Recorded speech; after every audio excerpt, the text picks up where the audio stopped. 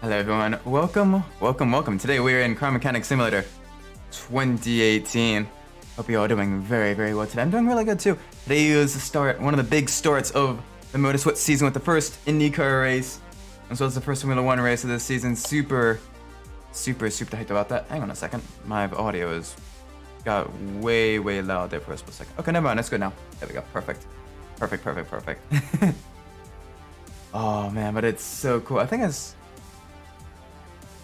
probably one of the more excited I've been for a Formula 1 season as well. Even if Red Bull looks very strong. My audio actually is a little bit loud. Hang on 1 second. Sorry. Let me dial that back just a tad. Perfect. Much better. And oh my gosh, it was so sure. Red Bull itself was, you know, absolutely dominant today. But whoa, that is cool. I feel like the battle for second place in the Formula 1 season this year is going to be really good, really exciting. I'm hoping that it'll be truly enjoyable. Because you have Ferrari. Ferrari's got a lot of qualifying pace and everything like that. They look pretty strong as well. But they still got a lot of reliability issues to work out. You have Mercedes, which has improved quite a bit from last year. It's still struggling just a little bit, but they got that consistency with Hamilton and Russell finishing right behind the other. They got a really good 1 and 2 man team, and then you have Aston Martin, the underdog coming up very strong with Alonso and Stroll. Alonso actually finished third, beating out both the Mercedes and all the Ferrari drivers as well today. Only coming behind the 2 Red Bull drivers at the Bahrain Grand Prix. And oh my gosh, that was super exciting. Watching him drive. He's in his 40s. He's like 43, Alonso, and he is still like on it. Like he is still on top of being like an amazing driver, which is even as a Sebastian Vettel fan, like I will fully admit Alonso is a truly top tier driver, and I have a lot of respect for his driving abilities. Locking sound coming for suspension, running gear faults. Okay, so a lot of running gear faults. Let's move this to the test path. But this to be, with the exception of unless Red Bull kind of collapses mid-season, the fight for first place I don't think will happen this year. I hope I'm wrong. But you do have the possibility of instead a really close fight for the second best team, which could still lead to a very exciting season, even if first place is sort of locked out. And I'm hoping for a very exciting season. All right, front suspension. Here we go. A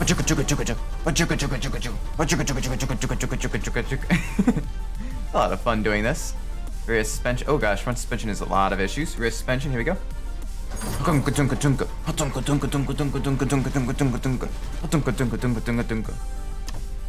Cool. All right, both front shock absorbers are bad. A lot of rubber bushings are bad. Sweet. All right, let's close that. Let's get this. Now my audio, my headphones back. This is sad. Let's move this to the lifter. Here we go. Let's see what we have available for us. And then of course you have the St. Petersburg Grand Prix as well, which is looking to be which looks very exciting as well. A lot of action, a lot of crashing though. I'm not a big fan of that. It was a whole lot of crashing that I'm a little bit frustrated about. But the racing itself has been as close as ever. A lot of really good moves. And I think I kind of posted on some Twitter earlier today, but I also kind of like talk about it here. There has been with Formula E coming to Portland this year in 2023. I think also it'd be very good idea for another Formula E Grand Prix to be held at the St. Petersburg course, because that course, with it only being 1.8 miles, being a fairly short circuit, a very kind of tight technical city circuit, I think it could genuinely be very, very, very good. I think the racing could be good. I think it could get a lot of hype. Plus, also a lot of people be like, well, the U.S. already has, you know, Formula E race in Portland. But you have to remember, the United States is huge. The United States is absolutely huge. So it is something you do need to be a bit careful about, because, you know, while you may be you may be sorry, I lost my train of thought there. Sure, you may have a Grand Prix in the United States, but, you know, Portland itself is a multiple day drive. Like, I am on the East Coast, Portland is on the West Coast. Portland is a multiple day drive away from where I live.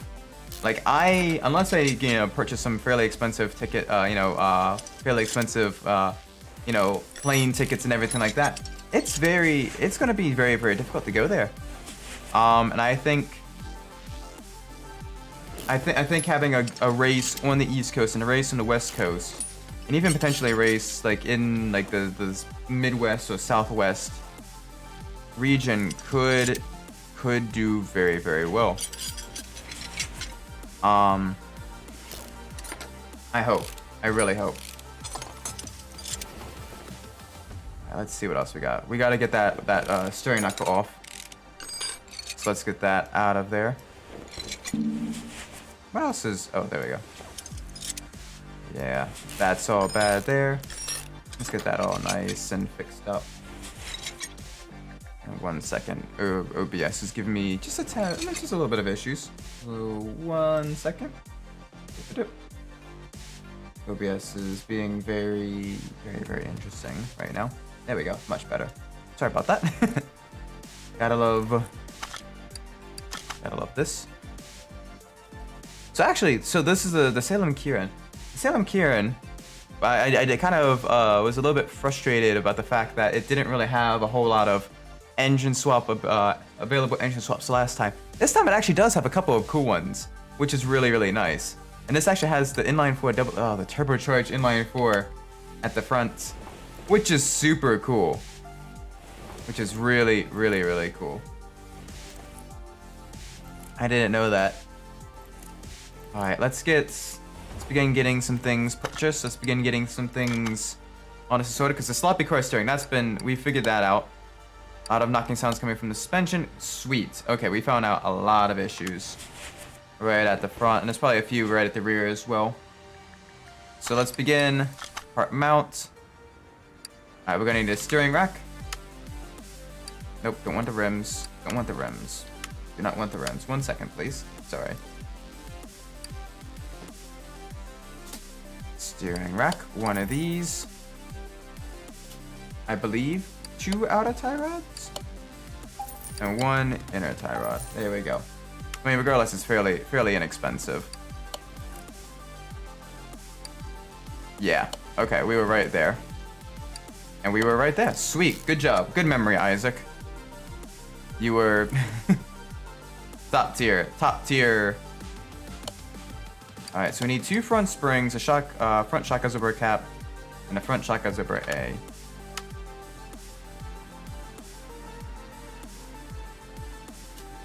Now we need a front spring and shocks. Let's get this all sorted. Front shock absorber A, get 2 of these, and then 2 front shock absorber caps. Beautiful. All right, let's begin getting this all disassembled.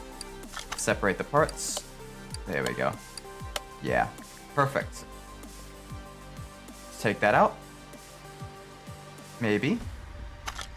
There we go. Now we can join parts. Boop, boop, boop. Yes. There we go. Nice and easy. All right, now we can get the second one. Don't worry, it still looks fine. The customer won't notice, hopefully. Oh my gosh, it is cool. That means the Salem Kieran can actually be a cool, like, tuner car now. It's a shame that it's only the front-wheel drive version, it seems. I can get the turbocharged But if there's a rear-wheel drive one, I can get the turbocharged inline four. Oh my gosh, that is going to be really, really fun. I'm hoping. Now let's begin getting this all put back in there. Front shock absorber. Beautiful. Now we need a front sway bar. Front sway bar, just one of these. There we go. Beautiful. Alright, we need a front sway bar end link A. We need 2 front sway bar end link A's. Oh. It took me a little bit to get used to the game's user interface, but I definitely think they made a lot of improvements on this. And it's really, really, really good. We need 2 wheel hub bearings. Wheel hub bearings. There we go. Very nice. Oh my gosh, a car like this could honestly be really, really fun, like tuner car. Even a front-wheel drive version could be very, very enjoyable to drive. And I hope they add a bunch of like visual customization for this car too. That could be this could be a very enjoyable sleeper car. Gosh, I got transferred to the rear. 1 second, please. There we go. Back to the front. Let's get this inner tie rod all nice and sorted. Now we need a front steering knuckle A. Let's get that. Front steering knuckle A. Oh, very, very nice. There we go. We can get all of this all sorted. Get all of this on here. Now we need 2 rubber bushings. Okay, both those rubber bushings are bad. On one hand, I don't like the addition of like all the little rubber bushings everywhere, but on the other hand, I do like the fact that you can at least see them when you do go into examine mode, which is very nice. It is definitely appreciated. Let's get this kit on here. It adds a bit to the immersion, it adds a bit to the realism. Even if it does take a slightly longer, it is still very, very enjoyable. Get that wheel hub bolted up there. Car is slowly coming back together. Beautiful, beautiful car. I do have a bit of a soft spot for a lot of like cars of like the 80s and 90s. Should be a lot of fun. Always really, really enjoyable. Alright, what else am I missing? Oh, the front sway bar link. There we go. Oh. Get that one in there as well. That's been fixed. That's been fixed. That's been fixed. Awesome enough. Everything in the front suspension. May have just hit a bad pothole. May have hit a curb or something, or just maybe a lot of worn components. Let's finish the order. There we go. Beautiful. Not quite up to level 17, but we're getting there. We're getting very, very close. So let's see. Inventory. Let's sell all of these parts. There we go. We can sell that as well. 17. Sell it for $17. Why not? It's a bunch of scrap. The Mayan M3, repair all running gear faults, fix suspension clunks and rattles. Ooh, loud when accelerating. Let's take this, do some exhaust work. Plus also I love my GMA bodies, even if this car is multiple colors. Ireland, interesting. Ireland. Alright, well let's move this car, let's move it to the lifter. There we go. Very, very nice. And let's take a peek under the hood. Let's see if there's any issues with the exhaust manifold. Oh dear. Yep, that is definitely something that needs to be fixed. This is the little inline 6 version of the car. I do like the multiple different variations of the cars as well that you can find. That is really, really cool. They did a really good job on that part.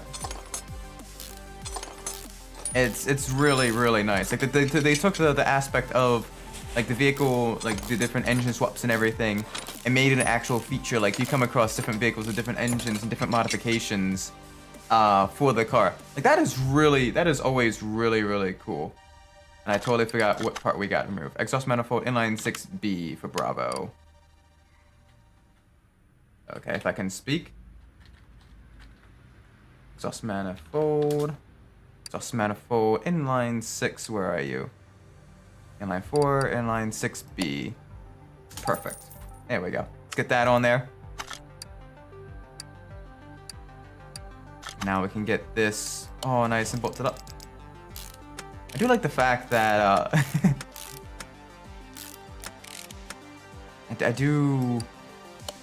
I'm not quite sure how this exhaust and intake manifold work.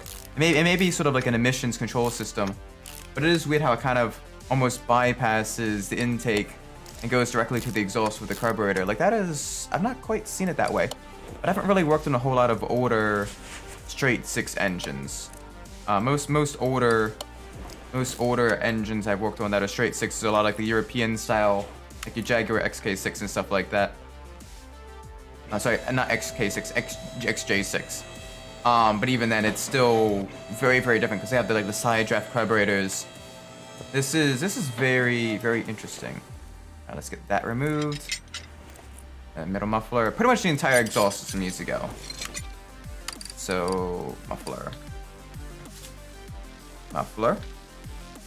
There we go. All right, let's get the middle muffler. Get that put in there, and then we need a rear muffler.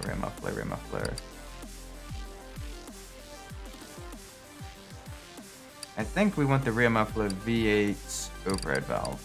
This one. Perfect. Yeah, we do. Even if it's an inline six, it's still the V8 overhead valve. That's what makes it just a little bit tricky because you try to remember it based on engine type and alone, and there is a few issues. All right, front exhaust section, inline 6B. Exhaust section, the inline 6B. There you are. Beautiful. And speaking of the Jaguar XJ series, oh my gosh, working on the rear suspension of those is such a pain because even though it's modular, like everything is all tightly packed in there. And what makes it good for like swapping it into like a hot rod and everything like that. Midnight Racer, it's good to see you. Welcome to the stream. Hope you're doing well today. How you doing?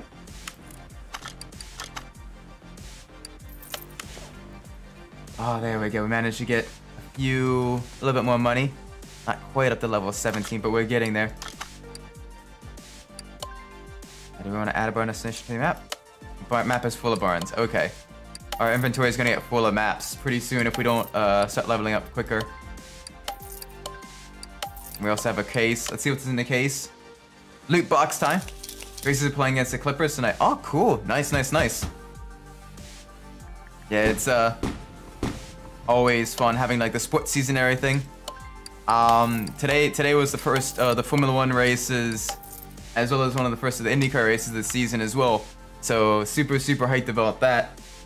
I know that I do know enough about basketball to know that it's March now, so it's March Madness. You have a whole bunch of basketball going on, which I'm sure you are probably very excited for. Any big events that you're really looking forward to? And I set the car loud exhaust. Well, let's take this. This is a cool looking car. Oh, dang, that looks slick. Now let's move this. Move it to there. Let's do a few tests on it. Oh boy. I'm worried that we don't have Jamarant, Dylan Brooks, or Brendan Clough in this game. Oh, are they out for injuries and stuff like that? So I do hope they get better. I know, having a favorite, member of the team or anything like that, or having teammates out with injuries is always very difficult. Makes things difficult because the team itself is a unit. Everyone kind of like meshes together like a bunch of gears. And to have someone not have a gear missing, sometimes that causes the entire machine to fall apart. So it does make things just very tricky. Can't start the car. I wonder why it can't start the car. Let's run a few tests on here. Compression tester. Moment of truth. Please do not let this. Oh boy. Please do not let this be a bad piston. Okay, that's all good. Brooks is out because of technical fouls. Ooh. Okay. This is before moves to sport. It's just rough getting hurt. It's tricky because you do want to make sure that there is a good degree of sportsmanship as well. But when sportsmanship itself is a very subjective aspect, it can lead to it can lead to unfair advantages or unfair disadvantages. Especially if the ref has personal opinions, personal biases as well. It does make things very, very tricky. Puck is up because of an injury and won't play for the... Oh no. Oh, that's horrible. I hope it gets better at least for next season then. Being out entirely for an entire season. That's you know, that's only bad for the fans, but that's bad for, you know, him as well, because I'm sure, you know, as someone whose entire job is to, you know, play basketball and everything like that, I'm sure he genuinely enjoys doing that. So I'm hoping it recovers. All right, fuel pump, carburetor, oh, that's good. Let's test the electronics. Here's the moment of truth. So something wrong with the ignition system, I imagine. That may be what's actually causing it.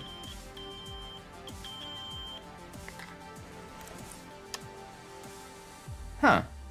Well, all of that is good. So I don't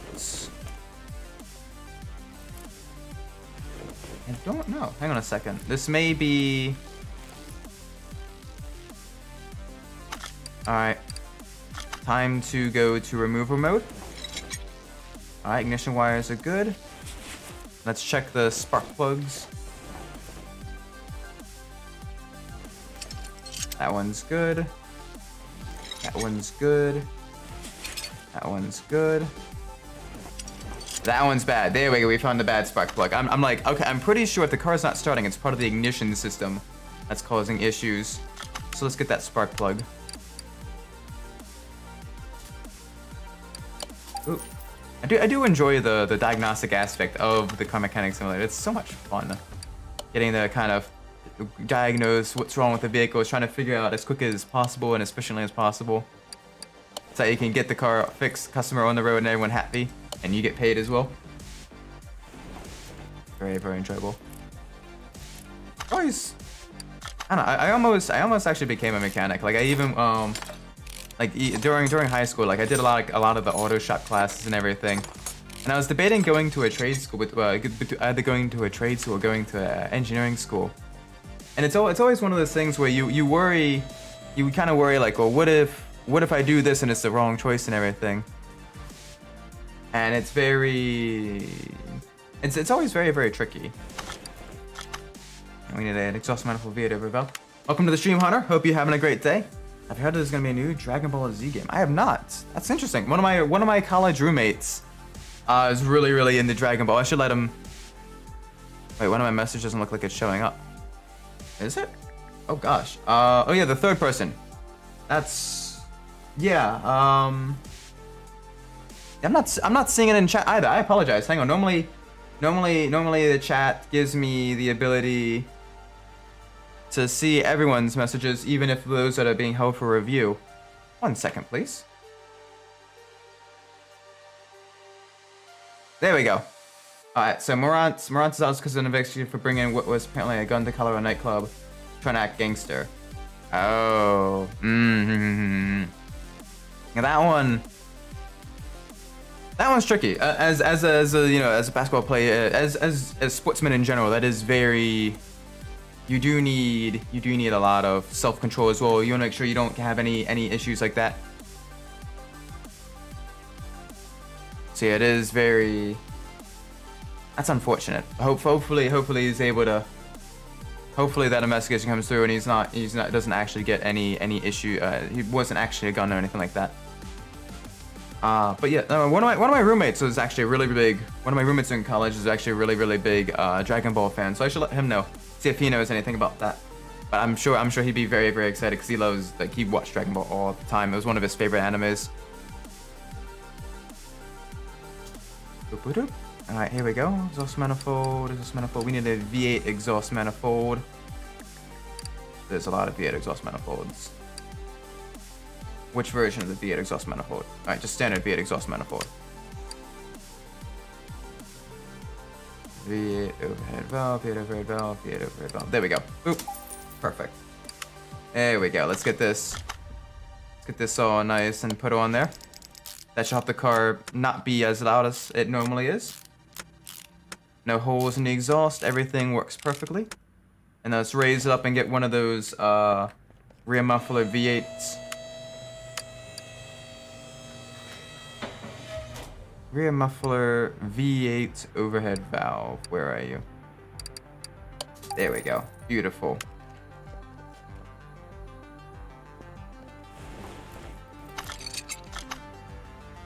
But it's always one of those things where you kind of almost second guess yourself, where you're worried about, you know, what will not happen if you choose like a different path in your life.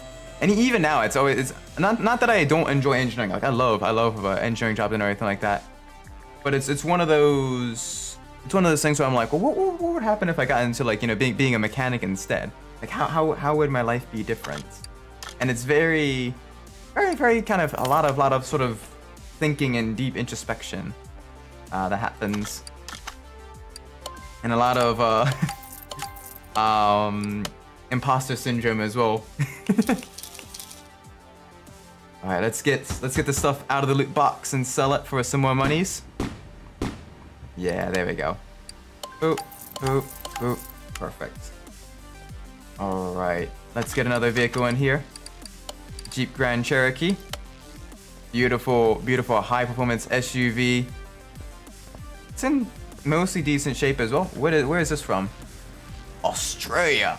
We got someone all the way from Australia taking their Jeep into the shop. That is cool, seeing all the different license plates as well.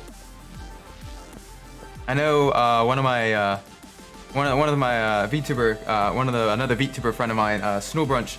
He likes collecting a lot of like different like American license plates and everything. And he's always gonna look out for like other states, which is really cool. It's something to take for granted, but I guess, you know, when you get to see all the different coloring of the different state license plates. Like some of the state license plates look really cool. Like Hawaii license plates are really cool because it's got the rainbow on them and everything. Like you got the iconic California license plates, even Maryland license plates as well.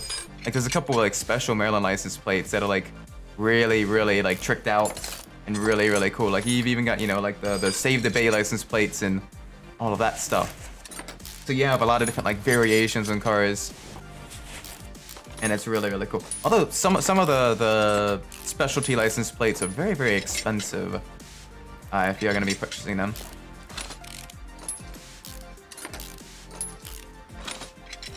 Alright, and the flywheel looks good. So now let's purchase a clutch. Let's purchase a clutch pressure plate. Get all this stuff. Pressure plate, release bearing, and what gearbox was it? We'll figure that out in a second. Let's get this all put back on though. It's good that the gearbox is broken, because that means we will get plenty of money for fixing that. Because it is, okay, gearbox V8. Gearbox V8.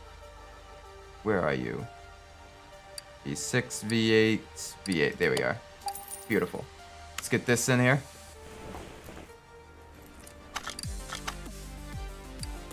Get this all nice and bolted up. Get the starter, get all the rest of the drivetrain in, and get this customer back on the road. A very quick, very fast job. We're slowly getting this a little bit faster, gradually getting more experience as well. Definitely help us towards getting our first vehicle for restoration. We have plenty of money for that. We just need more experience for getting our car, more tools for our shop. So I definitely don't want to half repair the vehicle. Like I do want to like fully complete front drive shaft. Oh, we almost turned this four-wheel drive SUV into a rear-wheel drive SUV. There we go. Much better. Very quick, $3,000. Let's see if we can repair anything. No items to work with. Really? Still. It's fine. Oop. Oop. There we go. Nice. Oh, we're getting very close. Probably one or two more orders, and we should be able to get another level up. I'm hoping. Massachusetts. Yeah, let's move the car to lifter A. Massachusetts. That's some way up north. Multicolored. I don't even know what I guess the original color of this car was blue. Looking at the rear fenders and everything. There's so many It's like one of my mom's old cars when she was really really young. It was a Chevy Citation, and I'm looking at pictures of it because it was basically it was a hand-me-down car. That was a hand-me-down car. That was a hand-me-down car. That was a hand-me-down car. And the Chevy Citation already isn't like isn't really that great of a vehicle, but like it's funny seeing the pictures of her and like all of her siblings and parents and everything like that owning the vehicle, and the car gradually getting more and more beat up, more and more you know, damage as it's being sort of passed down from family member to family member until by the time my mom gets it, it's all, you know, multicolored fenders, all of that stuff. It's really really really funny. I think they called it like the Bomber or something. And it's just silly. But it's, you know, mechanically the car was still very very good. It worked really really well. So, you know, definitely, if it's not broke, why fix? Why replace it? All right, let's get this rear muffler. Rear muffler V8. V8. We need M117 or M119. I'm not familiar with my Mercedes M119. I'm not familiar with my Mercedes chassis codes.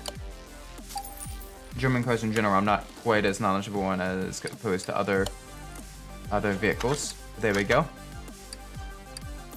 Oop. Very very easy. Single part replaced. There we go. Let's see what else our orders are. Another exhaust work, sure. May as well get a couple of pause your own, car status. Alright, 3 loud, 1 accelerating. Let's move this car back to the lifter. Alright, here we go. Let's see what we have here. Alright, so we have an exhaust manifold. And then 2 rear mufflers. Alright, so let's get that all sorted.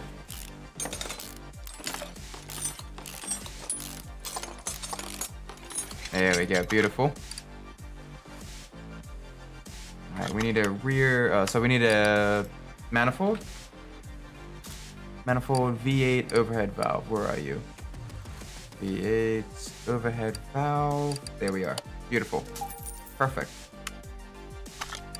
Let's get this all nice and bolted up. Then we get the 2 rear mufflers, and then we'll send this customer on their way. Very, very quick exhaust job. Lower the hood. I do like the drag bolt Reptilia. Super cool seeing that as an option. Very very excited to maybe potentially find a barn find with that of one of our own. Definitely would be a lot of fun. We need 2 rear mufflers. Let's get these.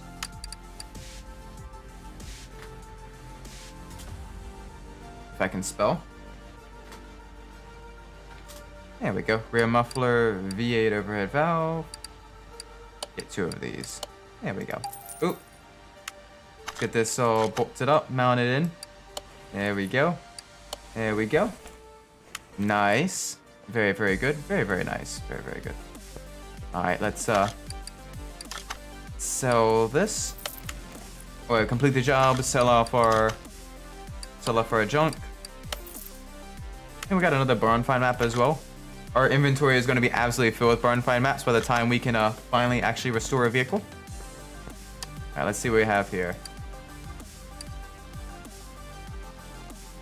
Ooh, discount. Yes, please. Unlock the upgrade. Make a bit more money.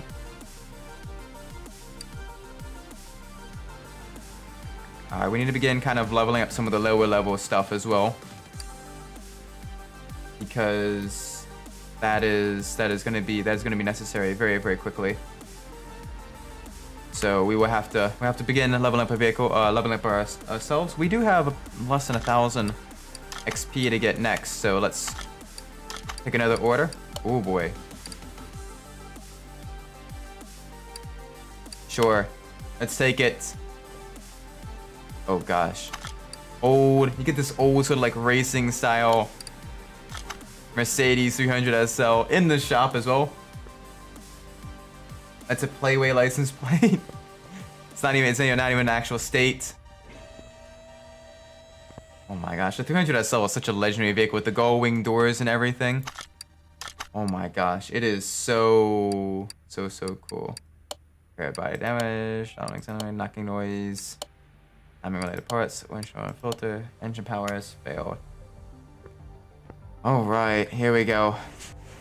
This is gonna be a fun one. This one's gonna be a fun one to take apart.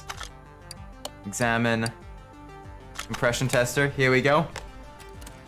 Moment of truth.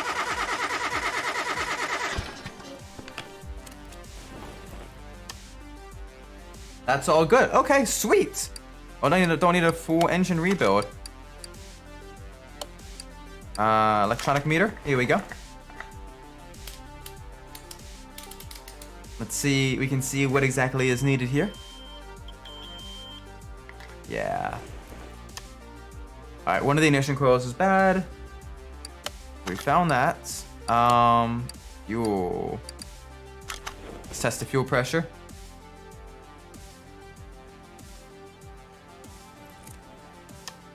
Alright, fuel pump is bad, and mechanical fuel injection is also bad. Sweet.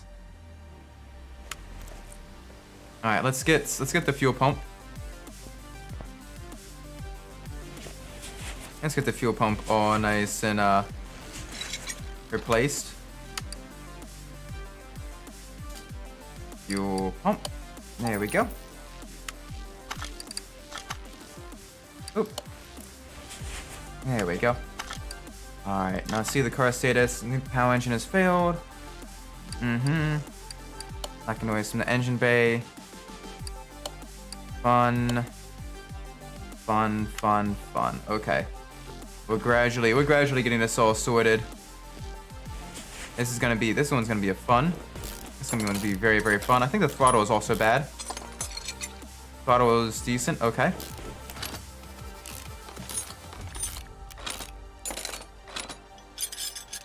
Alright, the intake manifold. Alright, we got an exhaust manifold cover. This is probably gonna be, I believe, one of the issues. Yep, the exhaust manifold cover. This exhaust manifold is also absolutely in horrific condition. This ignition coil out of there. Radiator? Radiator is good, okay. Let's put the radiator back in. May as well get up in the front. Let's get these ignition wires out of there. Ignition wires are good. Mechanical fuel injection. There we go. That's gonna be fun. That one's gonna be a fun one to replace. Not discovered. Engine power is still not discovered. I do worry about that. May as well try to see if it's one of the spark plugs. That's good. That's good. That's good. That's good. That's good. Okay.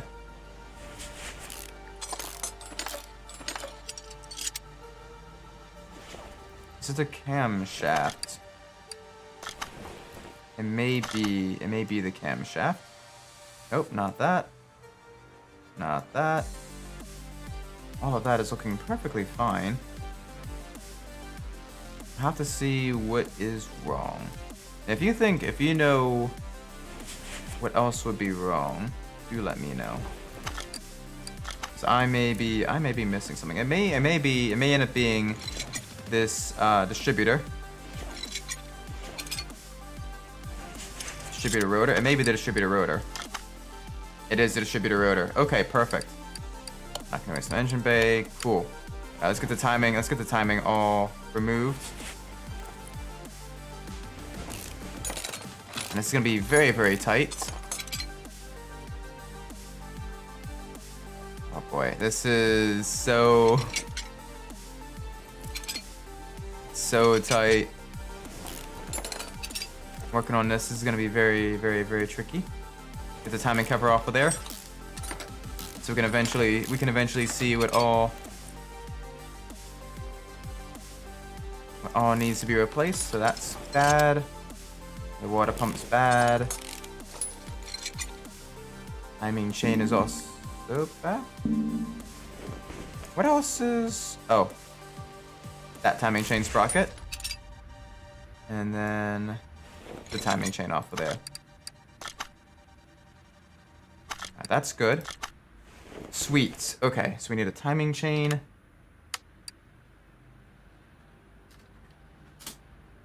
Timing chain. Oh gosh. Oh gosh. So many.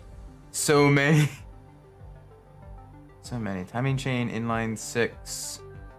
M186, I believe, is the one we need. There we go.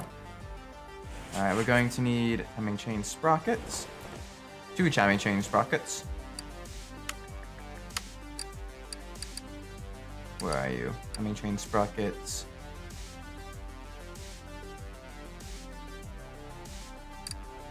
Inline 6? Just inline 6 timing chain sprocket? Yeah, just an inline 6 timing chain sprocket. Cool. Beautiful. Get 2 of these.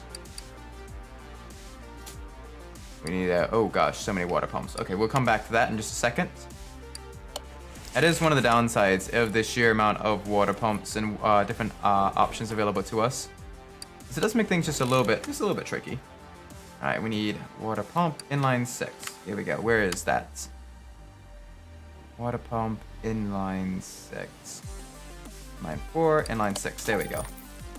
It is nice that more vehicles are using the inline 6 engine though. It is very, very nice. Timing cover that can get bolted back up. Beautiful. Crankshaft pulley, that's good. Water pump pulley probably needs to be replaced.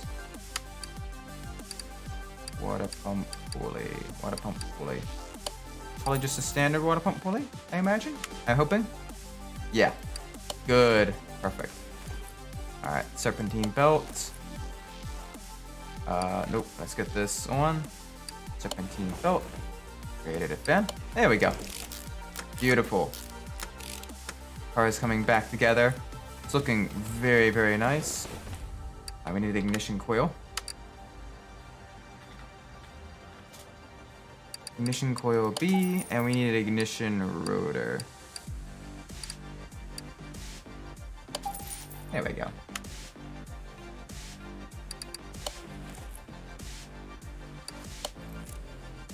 Perfect.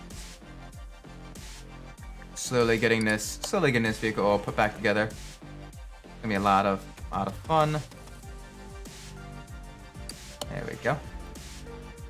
Yeah, we'll have to get the mechanical fuel injection as well. Really cool. Some of the old cars that use that. How vehicles worked before computers and everything. How they had to have everything sort of connected mechanically. Very, very interesting. It's almost like the penny farthing effect, which is essentially like, as technology advances, developing things actually sometimes becomes more simplistic in its use. Mechanical fuel injection. Oh gosh, so many. This one, yeah. M186. There we go. Beautiful. Like, look at that. This car would look beautiful when fully restored. Hope we find one of these in a barn. Love to do a barn find restoration on one of these.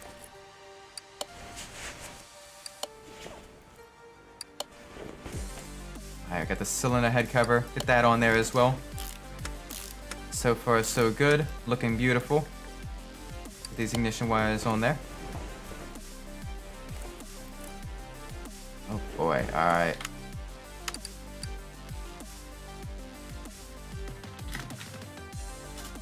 Exhaust manifold. Where's the Mercedes? There we go. Get one of you, and we need an exhaust manifold cover as well. Oop. There we go. There's sort of a heat shield. Prevents, kind of prevents additional. It basically just acts as a heat shield to prevent the exhaust from overheating the intake air.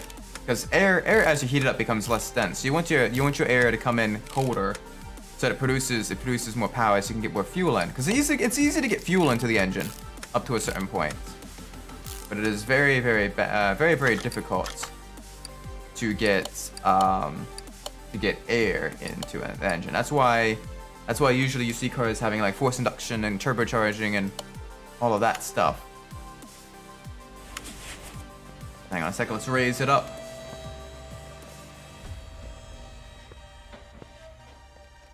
Bottom of the drain. Let's move this. Left to A. Let's use the equipment. There we go. Beautiful. Alright, move it back to its original position. Alright, we have an inline 6 oil filter, one of the white ones. Here we go. So many oil filters, which is really, really cool. Let's get that purchased. There we go. Beautiful.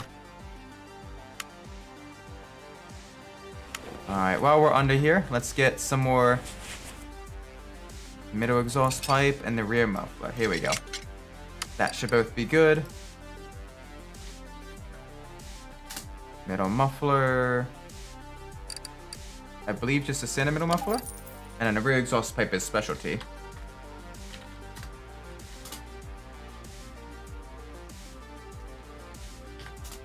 Rear exhaust pipe, and where is it? Where is it? Where is it?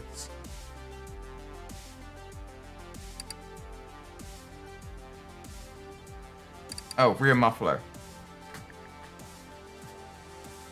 There we go. 186 is the chassis code for this. Get that in. And, oh, middle exhaust.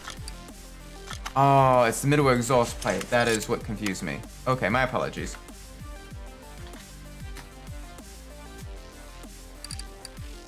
There we go. I'm sure we will eventually have a need for that middle muffler. Status. Doop, doop, doop, doop. Okay, so now we need to lower this. Get the engine or get the oil back in the engine. And then we will need to replace so many components. It's gonna be a little bit interesting.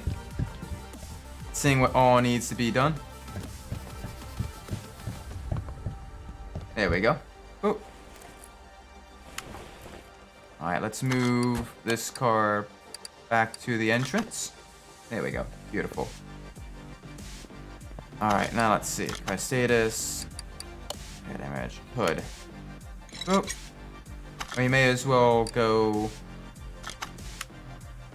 to the body shop as well. 300 SL. Oh gosh, that's not good. W198. Let's do that. W1. The W198. There we go. Much better. All right, so we need the hood. Let's get one of these.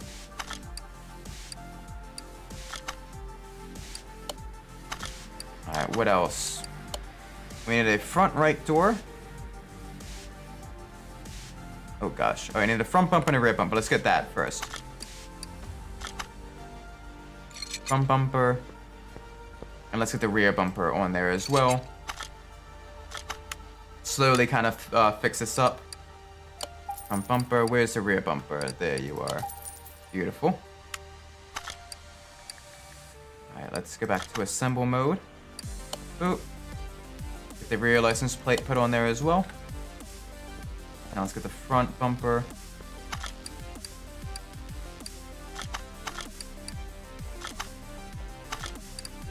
Assemble mode. There we go. Ooh. Get the front license plate on as well. I wish that kind of came off as a single unit, but that's fine.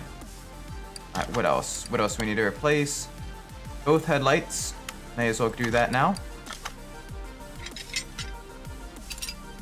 Try to gradually do this in pieces.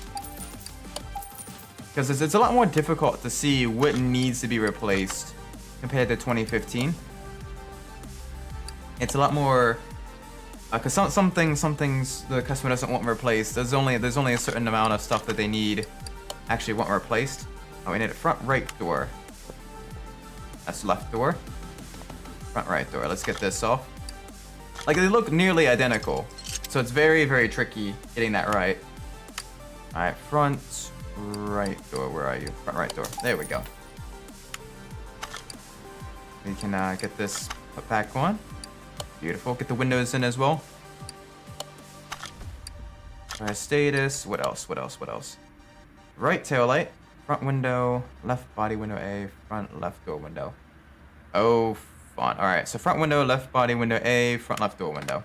Let's get that. Front window. Front left door window. And then front left body window A, I think is what we need. So many so many windows. Boop. And then boop. Now make it this simple mode. There we go. There we go. And there we go. That's gonna look good. And then I think we have one more thing to replace. Yep, the right tail light. Alright, that's left tail light. This is the right tail light. Get that out of there. Body work in Car Mechanic Simulator 2018 is a little bit more difficult than it was in 2015. But there we go. We got this all replaced. Oh, yes, please. Wow. That was very, very, very, very nice. That's replaced. That's fixed. That's fixed. That's done. That's all good. Oh, so much money from that. And we still have a lot of components. Let's see if we can repair any of them. Oh, we can actually repair something. Oh my gosh.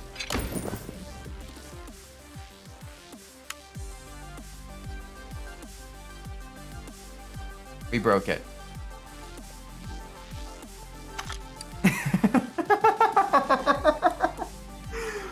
Oh, I was so excited too. I was like, oh wow, the game is finally actually letting us repair a certain component.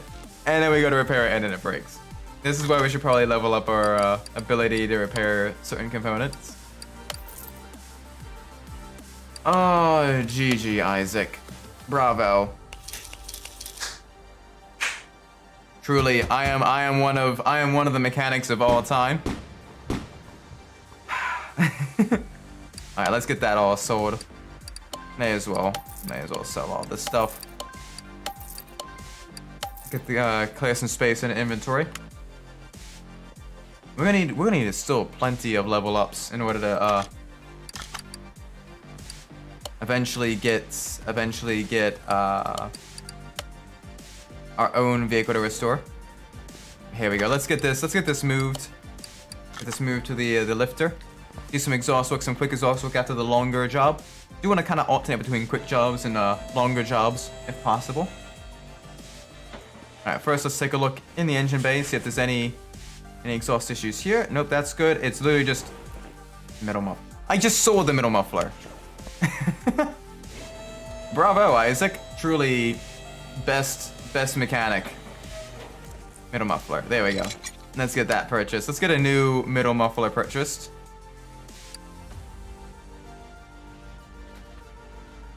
Here, middle miffler. If I can type. There we go. Very, very quick job. Beautiful. There we go. I do like the lowrider styling on this car. I want to restore one of these in game. It's based off like the 67 Chevy Impalas. Oh, very, very nice. Very, very beautiful. I hope it has a lot of like lowrider customization on it as well. Get some of the gold rims and everything, the white line tires. I think that would look beautiful. Now let's see what else we have. All right, gearbox issues. Yes, please. Very, very quick. Very, very nice. This is also a nice car. Let's get that gearbox all nice and sorted. This is old Cadillac style vehicle. Let's double check the. Okay, good. The starter is on the underneath side, not on the engine bay side. That's very, very good. Very useful. All right, let's get the drive shaft all nice and unbolted. Already have plenty. We should be able to get a decent amount of money from this one. And then after this one, we'll do a longer job. Gearbox V8 overhead valve. That is one of the bad components. Oop. Touch release bearing. Touch pressure plate. I do like how every vehicle in this game is a manual transmission vehicle. Like, it's very, very different than real life. Because in America, a lot of vehicles are actually with an automatic transmission. And that makes buying new vehicles very, very difficult. Let's get that all sorted. Gearbox, V8, overhead valve. Where is it? I'm not seeing it. Why is it not? Gearbox. There it is. I was just to the left of what I was actually looking at. There we go. Boop. Boop. Good doop. Get this all nice and bolted up. This car is going to shift beautifully. Gonna be able to transfer more of that power down to the ground. This should be very, very nice. There we go. Let's get the drive shaft all bolted up. That way the car actually can transfer the power to the rear wheels. There we go. And let's get the starter all bolted in as well. Starter, which connects to the flywheel, which helps spin the engine fast enough for it to eventually get combustion. There we go. $8,000 for a very, very quick job. Ooh, what racing game do you think has the best arcade quick race mode? Well, that's a tough question. That is a very, very tough question. I think I definitely like the arcade mode and like a lot of the Midnight Club games because it has a lot of like all of the party modes. It basically has pretty much every style of like racing event that you have, as well as, you know, the capture the flag and stuff like that. I really, and I actually had a lot of fun during the Midnight Club LA time period when it actually had online multiplayer. It was so much fun racing with other people, even if I didn't win. Like, it was still just a very, very enjoyable, quick racing, arcade mode. And you had all the like the party modes again, like the capture the flag. That was fun to do online. It was very, very, very enjoyable. So definitely major points to the Midnight Club games. I've heard Smuggler's Run has a really cool arcade mode as well because the open world and everything. And Smuggler's Run is also created by the same people that created the original Midnight Club, Angel Studios. All right, let's see what's in. Let's see what's in the case. Open the loot box. All right, junk. That's fine. Exactly. I believe Midnight Club 3 has the best arcade mode. The only thing I didn't have was the option to customize class use in arcade for free. Yeah, that is a bit of a downside. Like, I think once you beat like 100% the game, I do think they should have done what they did with Midnight Club LA and have upgrades be free. That way you can kind of then experiment and have fun with a bunch of different cars without needing to constantly kind of grind for money and everything. But I do think that would have been a lot of fun. But yeah, that one, the Midnight Club games are definitely really, really good. Any other recommendations that you have for like arcade mode style racing? I do think, so I do think there's some other ones that are really, really good. Alright, car status. Alright, front right door, both rear left doors.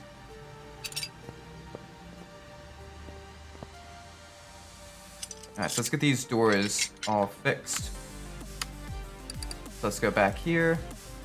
Body shop. This is the F250. Maybe. F350. My apologies. F350. F350. There we go. We need the right door, the rear right door, and the rear left door. There we go. Get these all bolted in. Boop. Boop. Alright, let's see. Alright, that one's bad. That one's good. Right side mirror. That one's good. Wait, there is. I do miss there being more of like an arcade style racing modes in a lot of racing games. I wish there was more. Rear right door window. 2003 Speed Games. Yeah, 2003 Speed Games also had some really, really good competitive couch multiplayer as well. That was a lot of fun. And one of the big things with the Need for Speeds as well is they had so many good tracks as well. That was a lot of fun. And they did allow you to customize vehicles for free as well once you unlocked all the parts and everything, which was really, really enjoyable. Now we need the left side mirror, front window, and rear window. Front window, rear window, and left side mirror. Let's get this all sorted.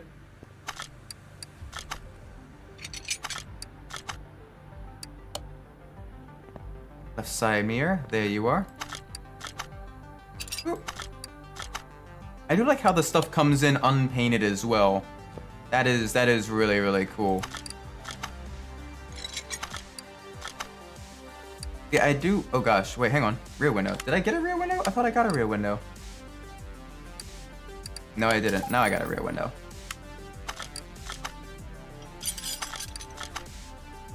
Much better. There we go. And then the trunk. We need to get the trunk all removed.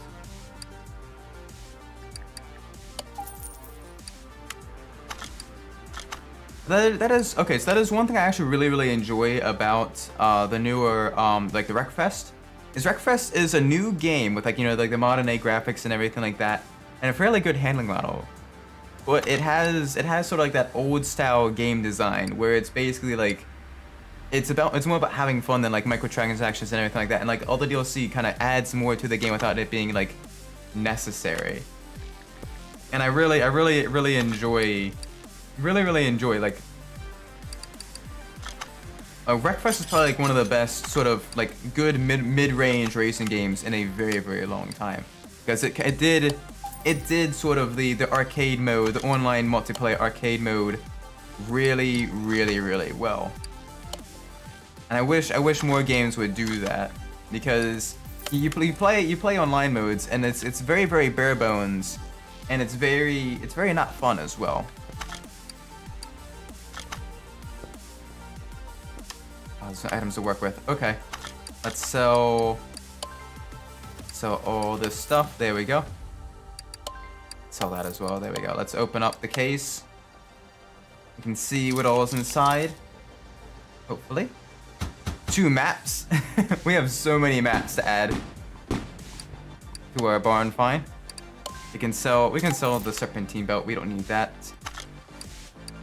Let's see what orders we have. Let's get something that's a little bit more difficult. Let's get the Salem Kieran. Place engine oil on filter, apparel engine faults, poor brake performance, transmission not responsive. Let's take it. Oh wow, look at this like hyper multicolored monstrosity of a vehicle. Oh, but this is so cool. The Salem Kieran. I do want to kind of like tune up and upgrade one of these to see just how fast it can go. It's just really, really cool, this one. Like they finally allow you to swap in like turbocharged, like the turbocharged inline 4 as well, and it's this could be like a nice like tuner style vehicle, and I'm hoping we find one in a barn, one junkyard one day soon. Now, let's see, car status, engine faults. Yeah, let's move the car to the lifter, and let's do some diagnostics. Let's see what all is wrong with it. I also like the fact that it doesn't have a hood. Like there isn't a hood that can cover the lovely radiator. You got the intercooler as well. That's cool. So it's an intercooled turbocharged inline 4. Very, very nice. Very, very beautiful. All right, let's test it. Does this have OBD2? It does have OBD2. Heck yeah. Good. This will be very, very useful to see what all is wrong with the vehicle. Get to see all the engine faults.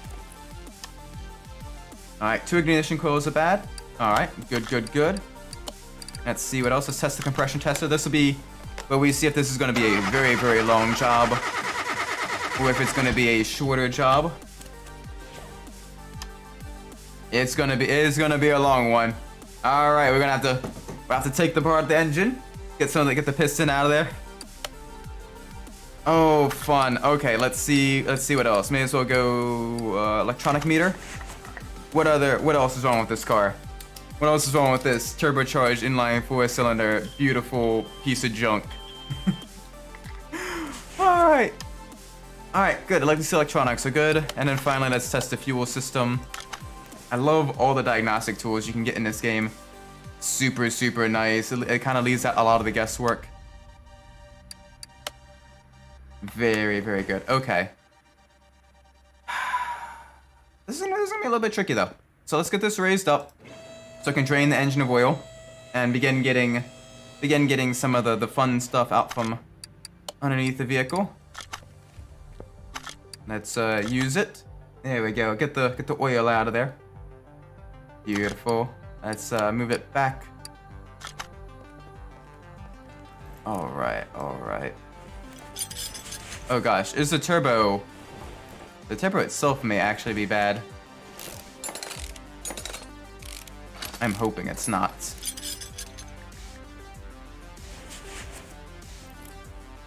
All right, let's see. Examine mode. All right, well that one was bad. Let's see if any of these are bad. That's good. That's good. That's good. That's bad. That's good. And that's good. Okay, cool. So we can unmount this crankshaft bearing cap. And we can also unmount this rod cap. Because that'll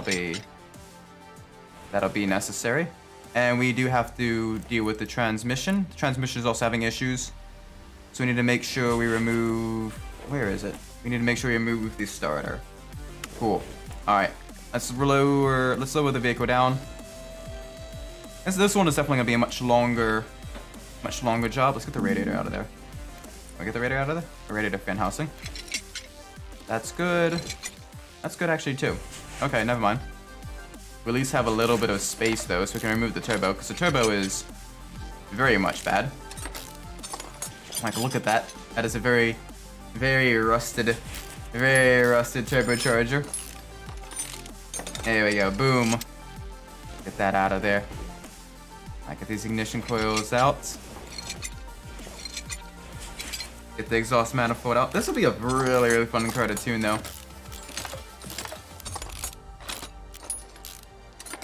Kind of get the. I don't like Burnout 3's arcade mode. You can only choose track a number of races. That is true. But one of the good things about Burnout 3's arcade mode is that at least for the road rage, you can make the road rage go. You can make the road rage go on for as long as you felt like, which is really, really fun. Racking up like triple-digit takedowns before you finally like wrecked yourself. Like that itself was a lot of fun. But yeah, I do wish the Burnout games had a bit more customization in their arcade modes. Out of all the Burnout games, so which I know you've talked really, really good about the Revenge. But out of all the Burnout games, which do you think has the best sort of like overall like replayability, and it's like the most fun to revisit? Not necessarily what do you think is the best one? Because for me, it's both the same. But I know some people that think it's a bit different. Like, yeah, some people that really, really enjoy replaying like Paradise just because of the sort of open-ended nature of it, and going back to the open world and exploring all that. Let's get this out of here.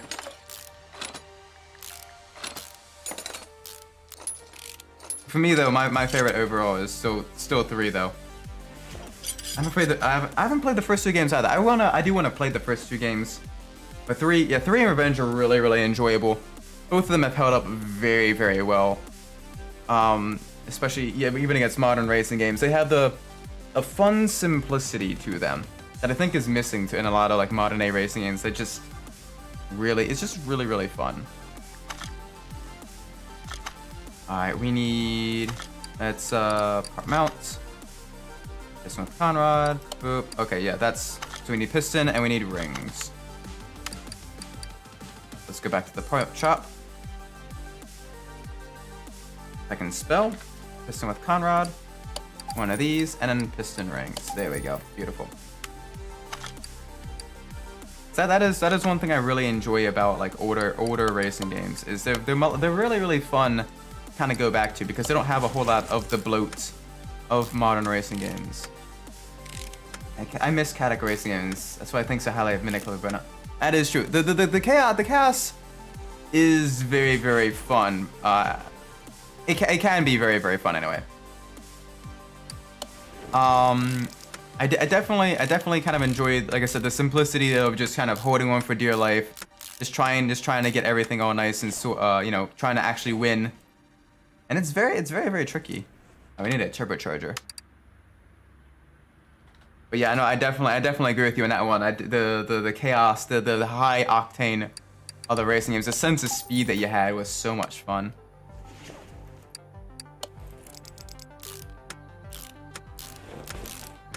It was there was a YouTuber. He was talking about sort of like called Emp Lemon.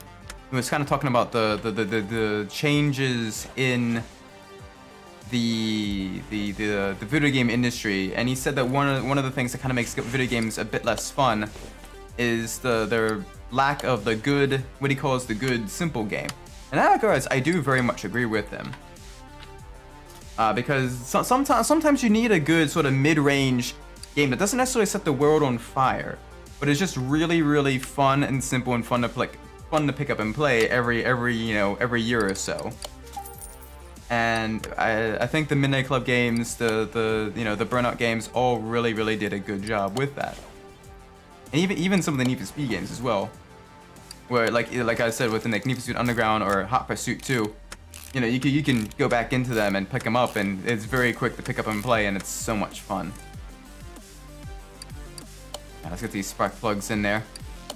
We're gonna need 2 ignition coils. We gotta make sure we watch out for that.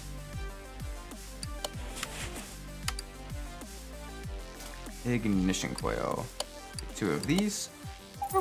There we go. Oh man, this is cool that we get to see a higher performance version of the Salem Kieran. Very nice. Oh, we need a new timing belt. Timing belt. The double overhead cam inline 4. Get that all bolted, that all nice and put back in. Beautiful. This should be a lot of fun. Alright, time to put all the pulleys, time to put all the accessories in. Alright, overall A. Getting everything all nice and bolted up. Super simplistic, but very fun, very enjoyable. Belt tensioner. Alright, intake manifold. That's in good shape. That's good. It's very good.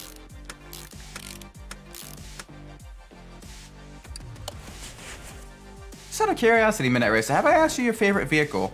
I know I've asked a couple of different viewers like their favorite vehicle overall. But I'm not entirely sure if I remember asking you that. I think I did. But I'll have to double check. It is always nice kind of talking about cars and everything. The different. There's so many cool cars out there, both fictional and otherwise. Now let's get this all mounted back up.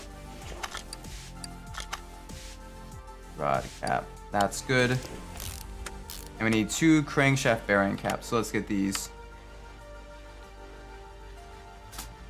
Crankshaft bearing caps. 2 of these. Boop. Boop. There we go.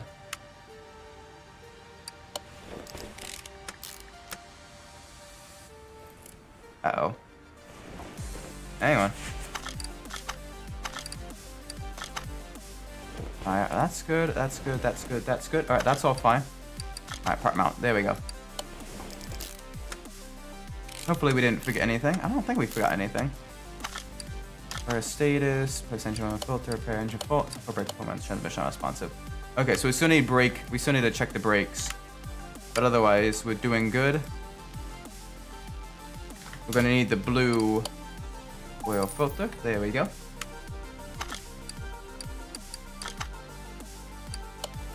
Alright, and now we can go taking apart the front of this vehicle. Get that transmission all nice and disassembled. Should be fun. Be very fun. Get the brake caliper out of there. Oh. Yep, that's terrible. Brake pads, those actually half decent. Let's get the drive axle out of here.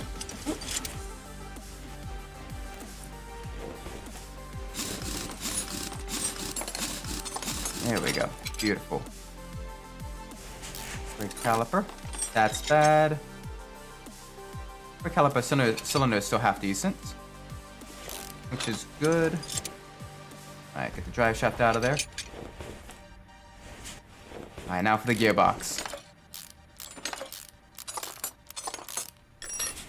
Yeah, gearbox is in dreadful shape. Is everything else okay though? Yeah, okay, so we need a gearbox inline 4. Gearbox inline 4, where are you? Gearbox inline 4, inline 4, there we go. Boop.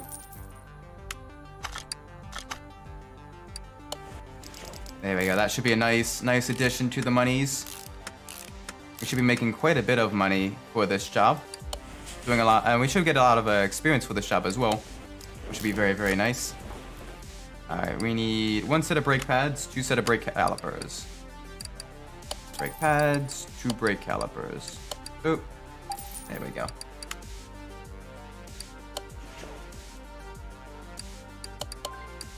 Yes, there we go. Beautiful. Get the rim on there. Alright, now to the other side. Here we go. Get this front transmission and drivetrain all nice and put back together. Get the new brake pads on there. New caliper. Slowly we're fixing the brake problems. We're gonna be making so much money from this. Not exactly the best way to put back. Oh, hang on. Okay, now we just gotta go to the rear. Sweet. And then fill up the engine with oil, and we should be good.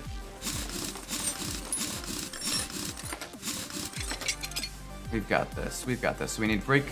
I think the brake pads here are bad. Yep, we need brake pads. So let's get some more brake pads. Gradually put this back together now. Ooh. Boop, boop. There we go. Very nice. The rim on there. I do love the additional sort of like customization and vehicle variety in this game. This is very, very, very nice. Very enjoyable. It kind of makes it so that the game doesn't become nearly as samey. Okay, so we need a brake caliper.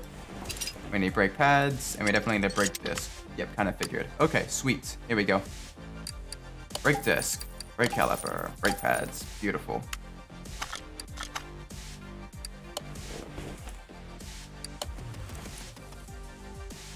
Boop, boop. And we should, once we fill up the engine with oil, we should be ready to get this customer back on the road. It's a bit of a longer job, but still very, very fun. Alright, car status, yep. Fill up the oil. Lower the car back down. This is still really, really cool though.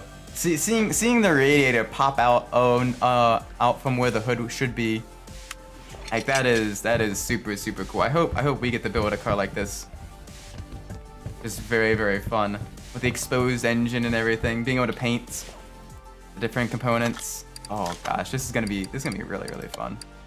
I think I found a new vehicle I want to hunt for the barn finds. Oh, whoopsie daisies. That would be very, very bad if I had forgotten the starter. Thank you, game, for letting me know. Beautiful. There we go. Nice. We leveled up. Another level. Alright, let's begin getting some of the lower tier level upgrades. Gonna begin eventually walking faster, doing all that fun stuff. Let's see if we can repair anything here. Ooh, we have the option. Do we want to risk it for the biscuit a second time? That didn't work. All right, let's try it again. Question of the stream. I can't even draw. Welcome to the stream, Adachi. Hope you're having a great day. Oh, yeah, no, it's, and yeah, driving's very, very, very depending on where you live and everything, driving can either be very, very easy or very, very difficult, because its difficulty depends almost, well, not quite entirely, but very, very, quite a bit on the people around you as well. Oh, this is gonna make us a lot of money. That is very nice.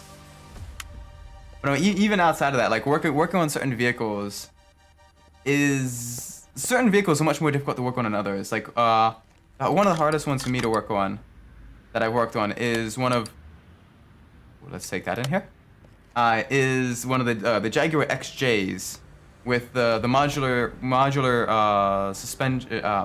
suspension. It is very, very, very tricky. But you know, all right, now let's see.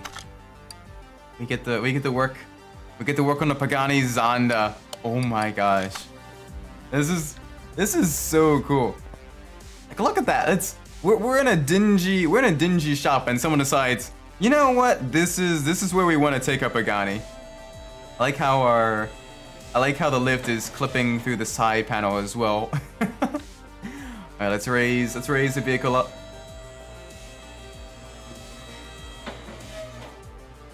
Should Gran Turismo bring back endurance races? Yes, very much so. I do love the endurance races of like the Gran Turismo, like the older Gran Turismo games and everything. It is very, very, very fun, and I do hope they do bring them back.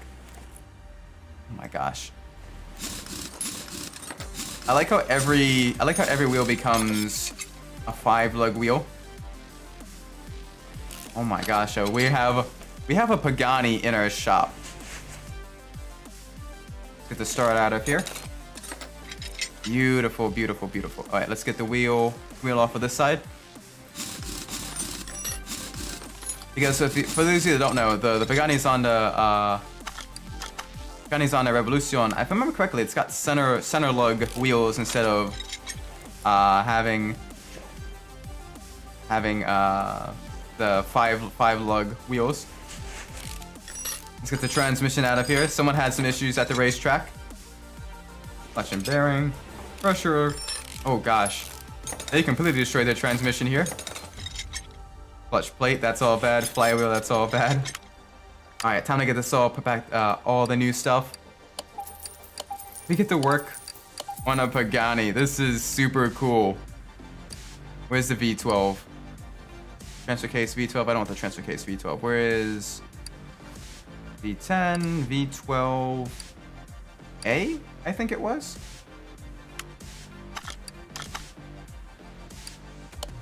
A. It was A. Perfect.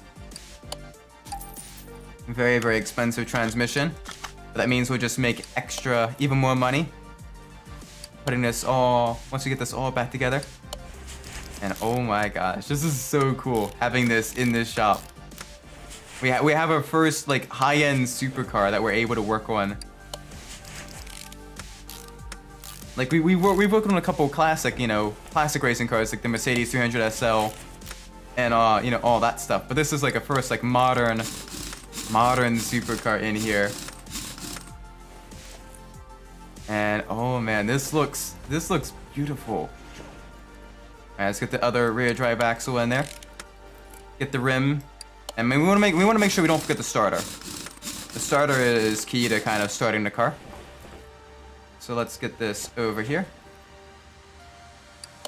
Good. Just new hanging out and saying hi. Well, welcome to the stream. Hopefully I'm being entertaining and everything. Hopefully having a great day. Happy, depending on where you are, either Sunday or Monday. Hopefully it was a very, very enjoyable day for you. Right, let's get this vehicle back out onto the road. Isaac knows, why is Gran Turismo 7 have the other Paganis? There's only 2. So with high-end supercars and stuff like that, it's very... What I can only guess is that getting licenses for higher-end supercars is very, very expensive. And so with that, it's probably very, very difficult to get the licenses of like the different Paganis and everything. But that's just a speculation on my part. I don't have any insider knowledge or anything like that. But yeah, usually more premium brands require more expensive licensing, which is why for a while Ferrari, Porsche were kind of very absent from a lot of racing games in the early 2000s, because with Porsche, EA had sort of exclusive licensing deals, and with Ferrari, they were just a little bit too expensive to license as well. So that made things very difficult. Engine power has failed. Put new engine oil filter. Let's get some brake. Let's do a quick brake job. Let's get the Sakura GT20 based off of the Toyota 2000 GT. Absolutely beautiful. Let's move this vehicle onto the car lifter.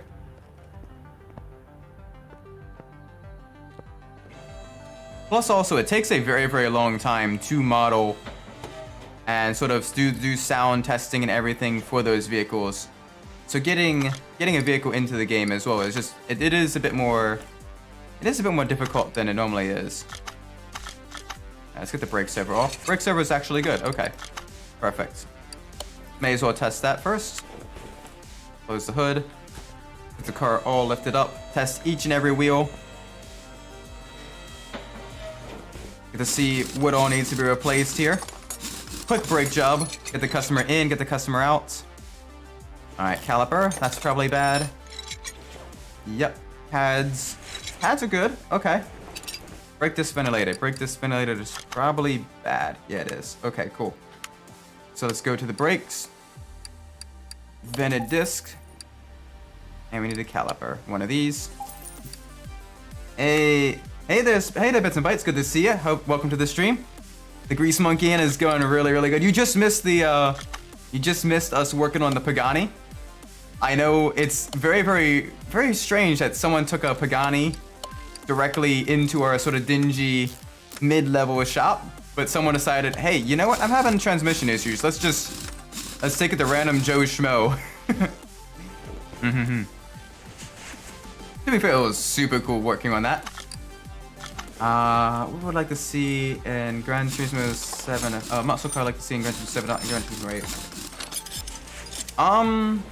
What muscle car would I like to see? That's a good question. There's definitely a couple of them. I would love to see a non-modified second generation, so early 70s to like early 80s Chevrolet Camaro. Because that one I think is one of the more unloved generations of Camaros. I would love to see. What are some other vehicles I'd like to see? Definitely like to see some more Fords outside of the Mustang. So things like the Ford Falcon and that stuff, especially some of the Australian Falcons. That would be really cool.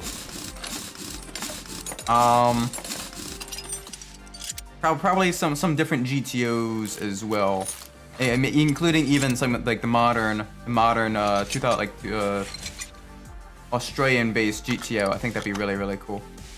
We need a solid brake disc. But yeah, the brakes are very important to your car.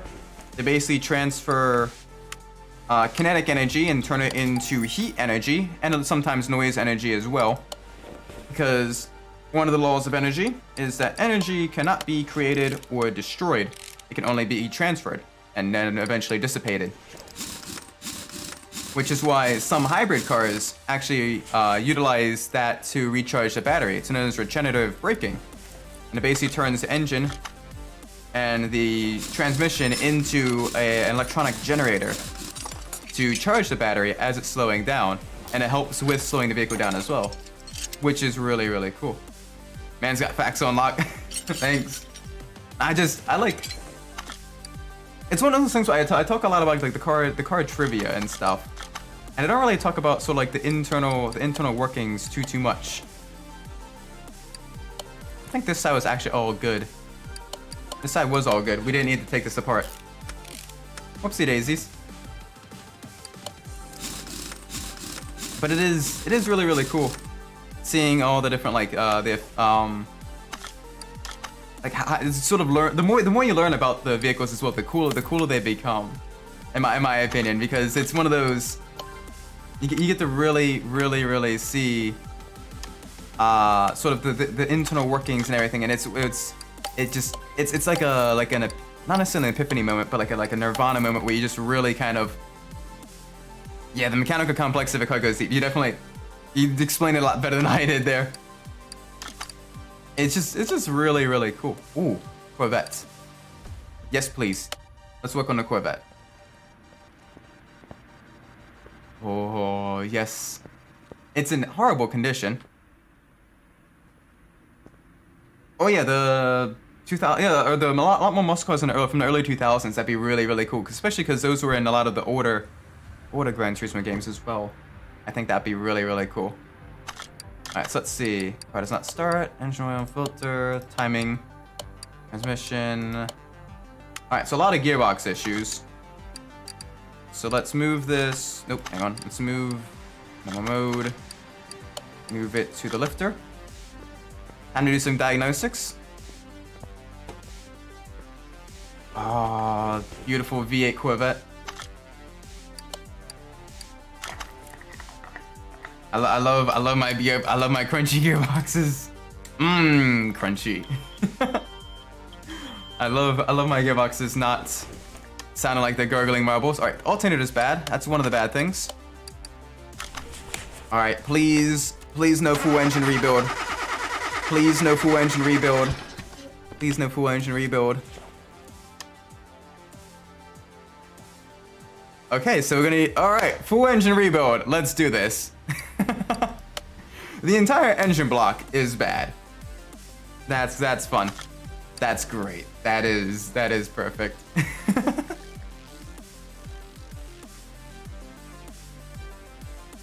I don't necessarily want.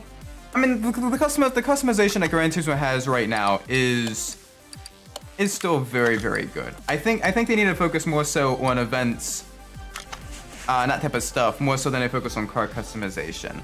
Because right now, the big thing that GT7 is missing is events to take all these cool cars in. So you do need more of the endurance events, more of bring back the MR challenge, bring back the K car cup, bring back the Spider and Roadster, the Boxster Spirit.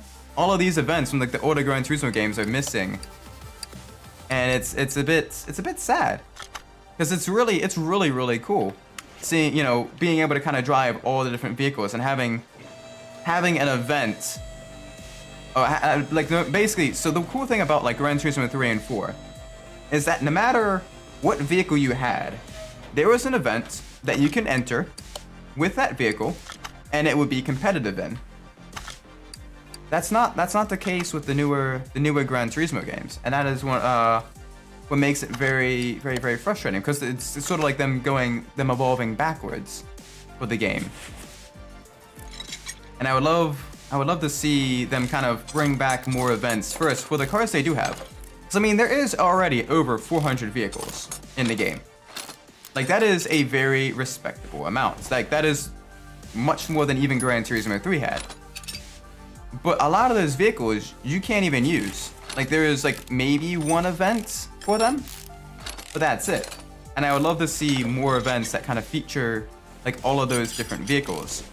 And I think they need to focus on that first before they add in more vehicles or more customization, because if there's nothing to use those vehicles on, then adding those vehicles is kind of pointless, in my opinion. But you're more than free to disagree with me as well, because like I said, I am just one person. I am just one person with. While he does enjoy racing games, I have had very dumb opinions in the past, and I probably still have very dumb opinions today. So you are more than welcome to disagree with me as well in that regards. Let's get this all removed from out here, because we're going to be completely taking this engine apart. And this is going to be very fun. Full-on engine rebuild. Alright, here we go. Get this all nice and disassembled. On the bright side, this will give us lots of experience points, and probably lots of money as well, with us needing to fully rebuild the engine. We get everything else out of here. I think we did. Yeah, okay, good. All right, let's lower the vehicle back down. Let's get some more work done. Examine mode. Okay, that's good. Unmount. How much you want to bet? The radiator. Radiator's also radiator's good. Okay, sweet. Let's get everything else off first. Sometimes I feel like race is all about the cool, which is understandable. Sometimes you want the silliness. Yeah, or even at the very least, I know I keep like harking about other content creators and stuff like that, but there's another YouTuber called Casey, and they made a good video about a slightly different franchise, but it has the same sentiment with the Gran Turismo franchise of slow car fast, where some of the old games, even though they had, for lack of better words, joke vehicles that are very, very mundane, very slow in them, you still had events that you can enter them in and be fun and have fun with those vehicles. And being able to drive those slow cars as fast as you can on a racetrack is part of what made those older games really, really fun. And they kind of go on to say, that a lot of games nowadays, and while I do sympathize with game developers with the increasing complexity of licensing agreements and the increasingly corporatized nature of video game development and the increasing costs of getting all the sound for the vehicles, the additional modeling, because there was an interview with a Gran Turismo employee, a longtime Gran Turismo employee, where when they were making Gran Turismo 1 and 2, it took them about a day to maybe a week to fully model a car. For Gran Turismo 7 and Gran Turismo Sport, it takes them an entire month to model and get all the CAD done for a single vehicle. The number of polygons, the number of features, the number of moving parts has increased exponentially. And as someone who does a lot of CAD work, I can fully sympathize with, the need, like how difficult it is to get, the CAD work done, and how complex some of that CAD work is. It is very, very complex. You need to know a lot about the software you're using, and it does take a lot of time. It's not just typing a few numbers into the software and having it spit out, the shape you want.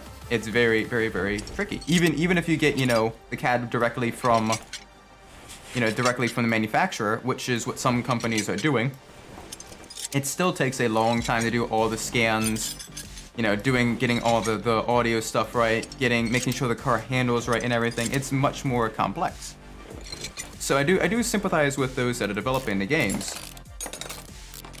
But in the same token, I think they have also kind of lost touch a little bit about what made some of those older games fun. And it wasn't necessarily just about, massive car lists, but it was about having fun with pretty much every single vehicle from the car list.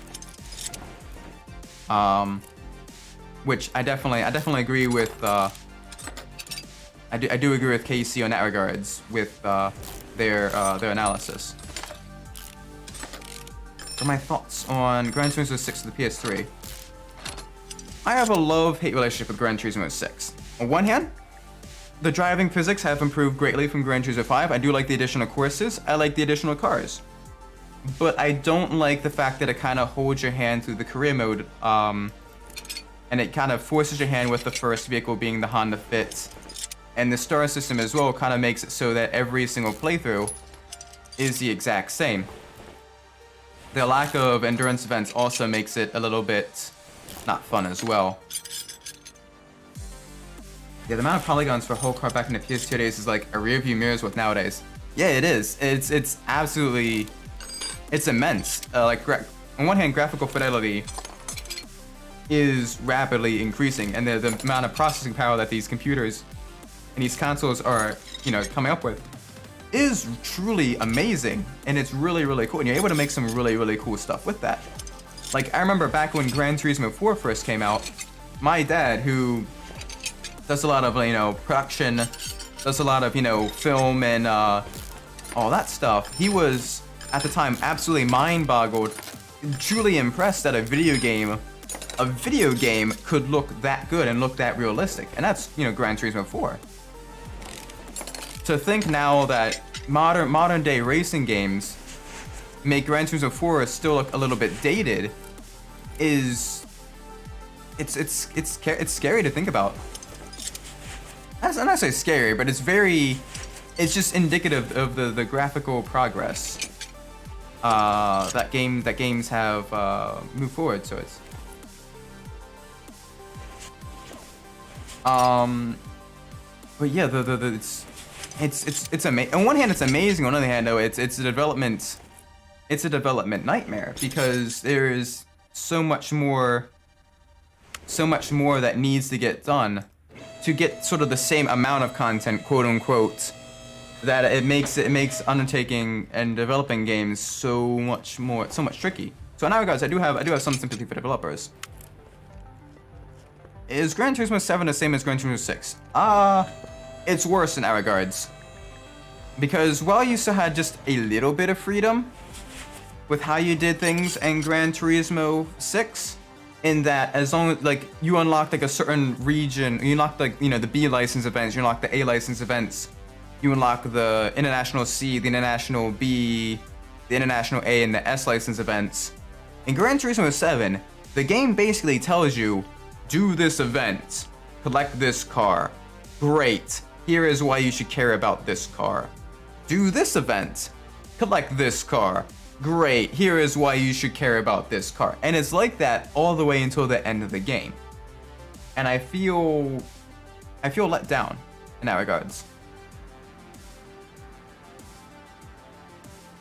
Because like I said before, the driving in Gran Turismo 7 is top notch. And even some of the online is a lot of fun. And actually, when you get into like a good race, either against AI or against, you know, real life people online, it is some of the most fun I have had. It is some of the most fun I have had. But the lows of Gran Turismo 7 are so low that it kind of sours the taste a lot. Alright, we need the V8 overhead valve. Oh gosh, there's so many V8 overhead valve engine blocks. I think it's this one. There we go. Beautiful. Shaft, that's good. Crank shaft. We might as well get all the top stuff put in. Nope, hang on. Part mounts. Alright, so we need an ignition distributor rotor. Ignition distributor rotor. There we go. Get that purchased. Gradually work our way towards getting all of this stuff all put back together. Ignition distributor cap. There's so many of them. Hang on a second. This one. Beautiful. Beautiful. Clip B. Get another clip B. Alright, radiator C. Let's get all this put back in there. Have I ever done an engine overhaul like this IRL?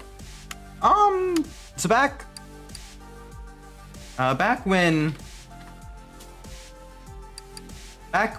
I was in high school and I was in auto shop, there was one of the people brought in a Nissan Sentra, and I did a full, basically like almost a full engine rebuild on that. Like basically we broke it down up until like we did at least a top end rebuild of like, you know, the timing system, you know, the valve timing. We replaced the cylinder heads and everything, because basically piston head met valve, and that was very unfun. It took us a couple months to get done, but it was very, very fun. We managed to get it all put back together, and we were dumb high schoolers and everything. We could put the engine back together, and we're crossing our fingers, and I am like, you know, sweating buckets, because we spent like 3 months, you know, taking this engine apart, putting it, like getting the new machine cylinder heads and everything, getting all that stuff, replacing the piston with the new piston as well that had hit the valve, getting that all fixed. and you finally put that all back together, and you go to start the car, and oh my gosh, it was so nerve-wracking. I'm sitting there, I am shaking. I feel like, you know, with like butterflies in your stomach. And they go to start it. The car doesn't start. Oh crap, right? So we're going back in. We're, you know, plug in the OBD2 and everything like that. Turns out, we had forgotten to put the fuse for the fuel pump back into the car. But oh my gosh, when it first failed to start, my heart sank.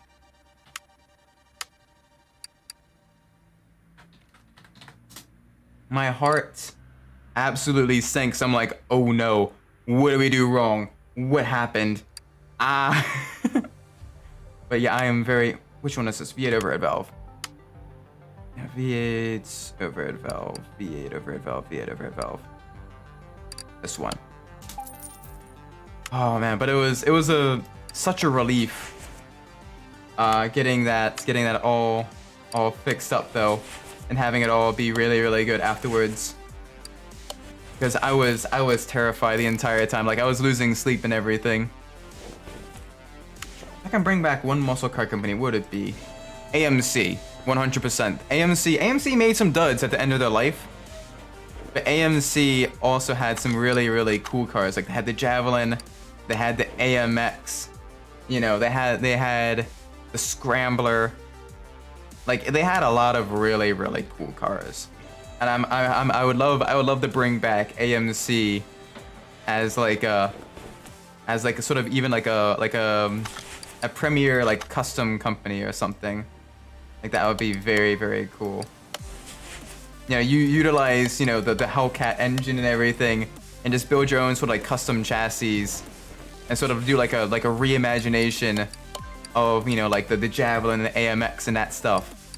Like that would be very cool, I think. I would love to do that. It'd be very fun. All right, we need 2 pistons. We need 2 of you. And I think we may need 2 piston rings. Nope, just 1 piston ring. Cool.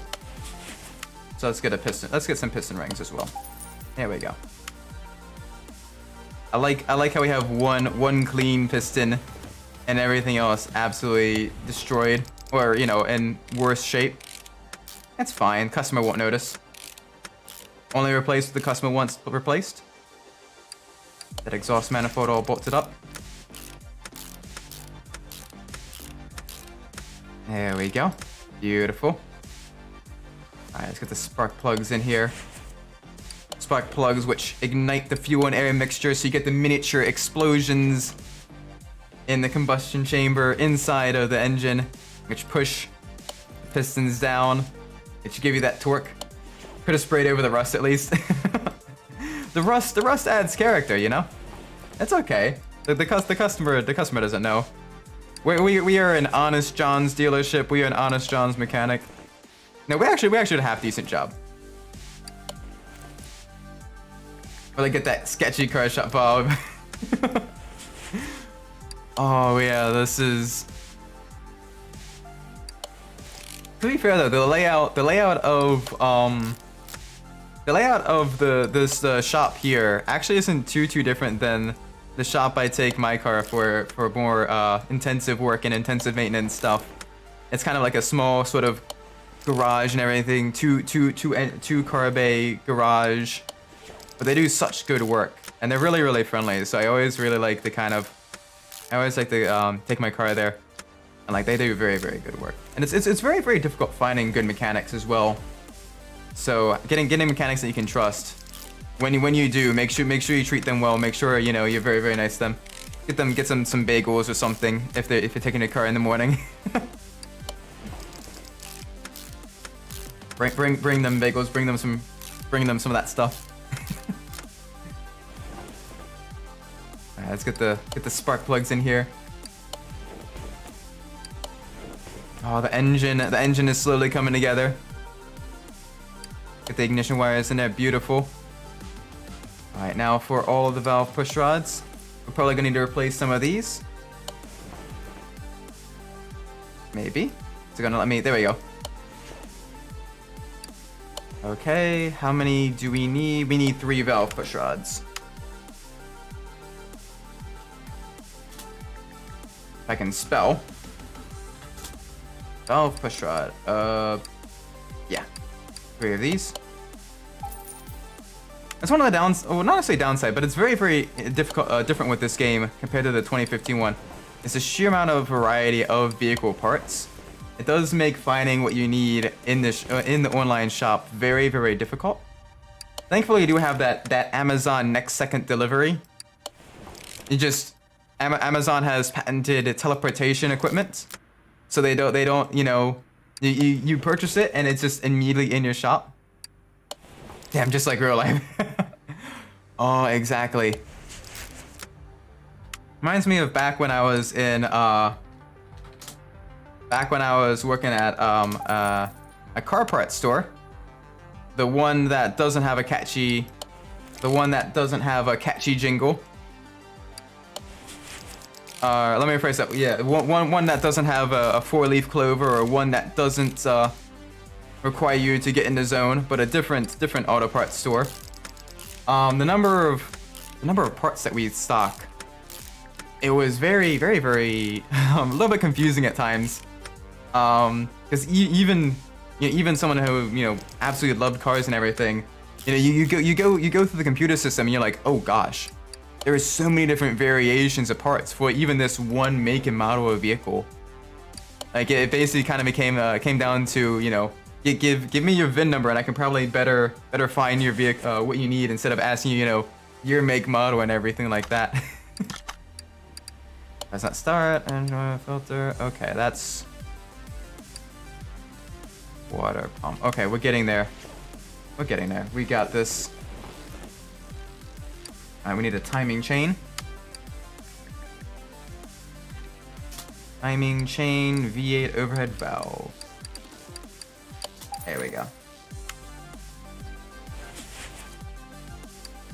To be fair though, I had a lot of fun experiences working at the auto parts shop as well.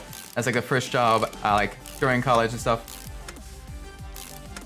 I remember going with my dad for parts back when some shops still had the massive Bible book of car parts. Oh, you know what's even funny is they still have that. It's like in the back rooms though, but it's sort of like a legacy thing. But yeah, I remember when my dad was doing work on our GMC Safari, going with him to the auto parts store and seeing the huge book of car parts, because I can't remember what it needed. I think it needed like oh, what was it? Fuel rail, or not fuel rail, but like the fuel pump, I think. Yeah, the fuel pump. And he was trying to get that, and oh my gosh, there was so many different fuel pumps in there. Oh my gosh, thankfully we got the right one first try, because my dad is super smart. But yeah, wow, I remember the massive Bible of car parts as well. That is, oh, that's bringing back some like major core memories right now. Fun story though of working in like the auto parts store though, is you get some very interesting customers. You have some people that are like super friendly, super fun to work with and everything. Oh, it's super fun to kind of work for. They come and they know exactly what they want. They have the part number written down and everything. Those are like always the best customers, because you get to talk with them about what they're working on, and they're always super excited to kind of share like yeah, this is just the project car and everything. And you get to see the gradual progress. Like there was one guy that had a Jetta that he was tuning up and everything, a 3rd gen Jetta, and he had it on the lowering bags and all that, and he was always coming in for parts and everything, gradually restoring the engine, getting it all up to snuff. And like during like the roughly 8 to 9 months I was working there, like he made it some serious progress on it. And by the time I left and I got my actual like first engineering job, oh my gosh, it was beautiful. It's like that dark maroon red as well, with the kind of gold rims, like gold or copper or bronze colored rims. Like just the interior color with the lip itself being like the high polished chrome. Like it was very beautiful. And he was always very friendly to talk to. And then to get other people that are like, hey, what can I get for you? I need parts for my car. Okay, well, what parts do you need? Parts. Okay, well, what kind of car do you have? A green one. Yeah, let me type that into the computer.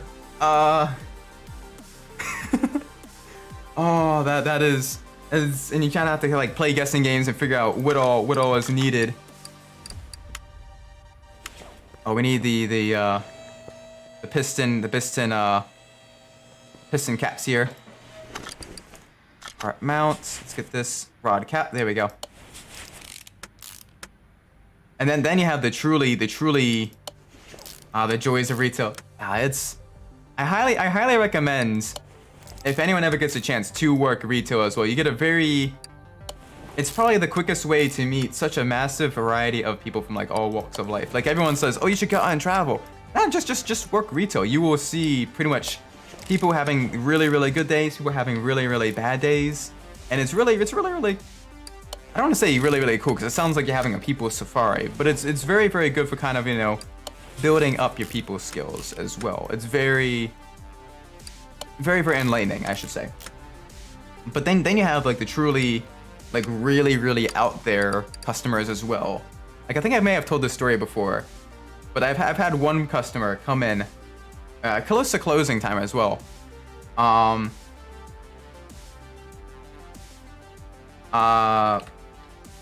And he comes in and he's, you know, he's kind of like, I don't know if he was on something or just very tired, but he comes in and he kind of stands in the door and he's kind of like swaying back and forth like a radio tower in high wind.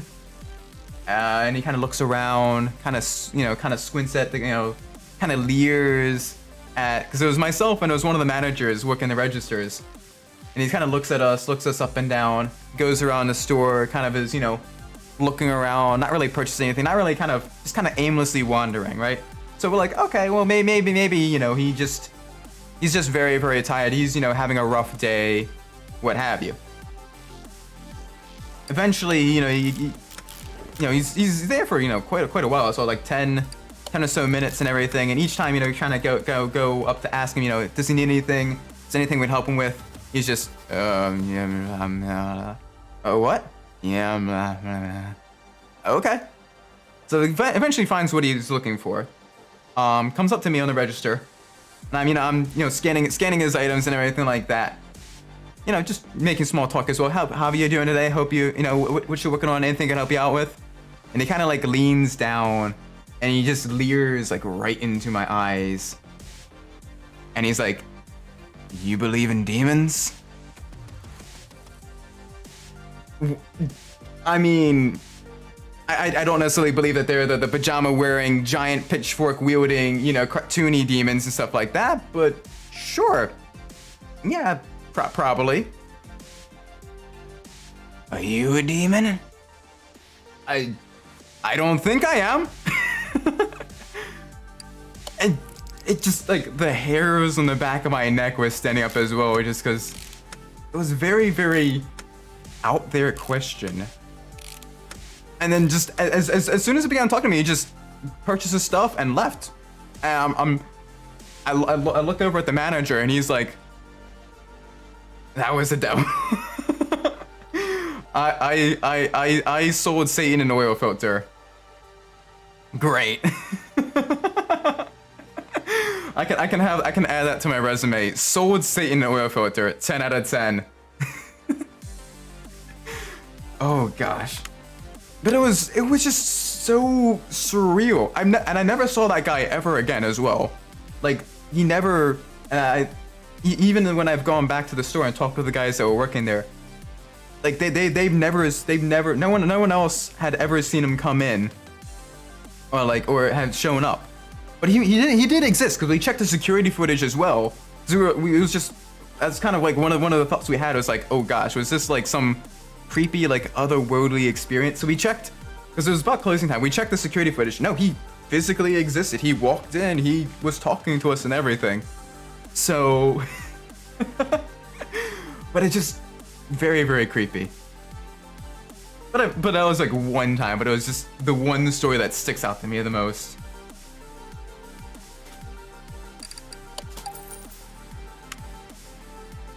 All right, let's get this all put back on. Finally, the engine is all finally good. Timing's good. Transmission time. Here we go. All right, we need a lot of transmission stuff. Gearbox, flywheel, plate, pressure plate, release bearing. Let's get these all bolted up. Boop. Boop. I do like the fact that with this, whenever there's a transmission issue, it seems like the entirety of the transmission system is affected, which gives you so much money and so much experience as well when you replace that. We need a gearbox, V8 overhead valve. Where are you? V8 overhead valve, overhead valve. There we are. Oop. Perfect. Even though I had more good experiences working retail than bad experiences. Like it was very, very, very enjoyable. Highly recommend. With the exception of course, pay. Pay was pretty bad. That was minimum wage. But I mean, it was first job right after college, trying to get your foot in the door. Even if you have to do it kicking and screaming. So can't complain too much. All right, let's get the oil. Let's get the oil in there.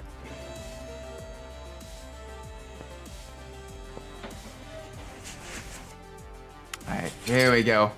Let's get this Bolt Reptilia back on the road afterwards. Beautiful, beautiful car. Hoping we find one of these in the barn find as well. I do love the addition of all these cars in Car Mechanic Simulator 2018. Like they did a really, really good job adding all these vehicles. And oh. That is a very, very nice payout. Yes, please. Beautiful. Let's see if we can repair anything. Items to work with. Great. Cool. Let's sell these parts. And we had an extra alternator. Whoopsie daisies.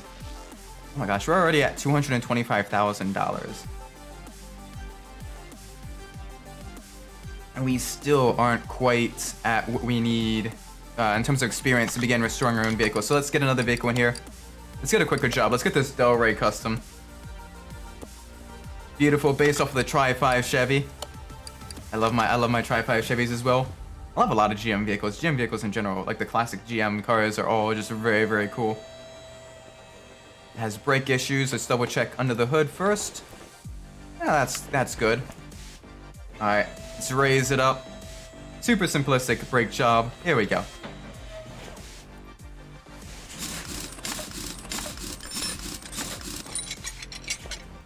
Alright, brake caliper, that's bad. Probably.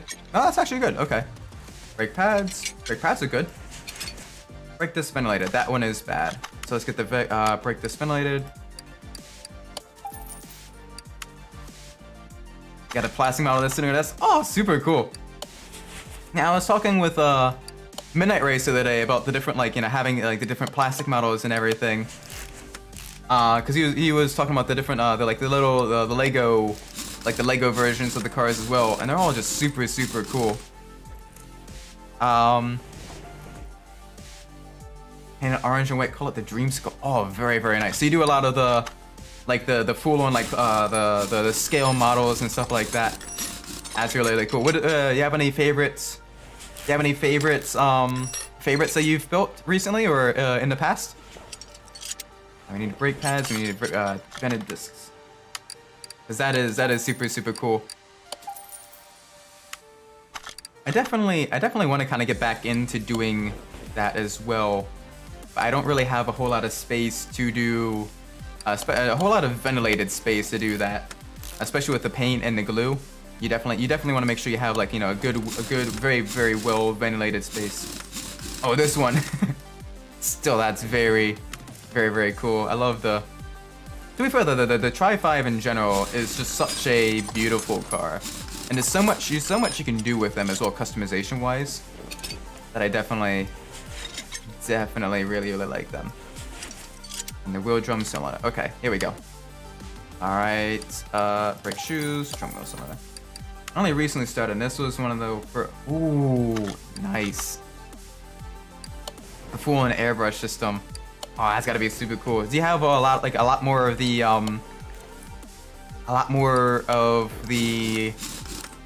finesse or a lot more like control over how you're able to paint and everything? Because back when I used to do it when I was living with my parents, because I had a bit more space, I mainly used like a whole bunch of like spray paint and everything. And I know that was very difficult to get a very even coat on.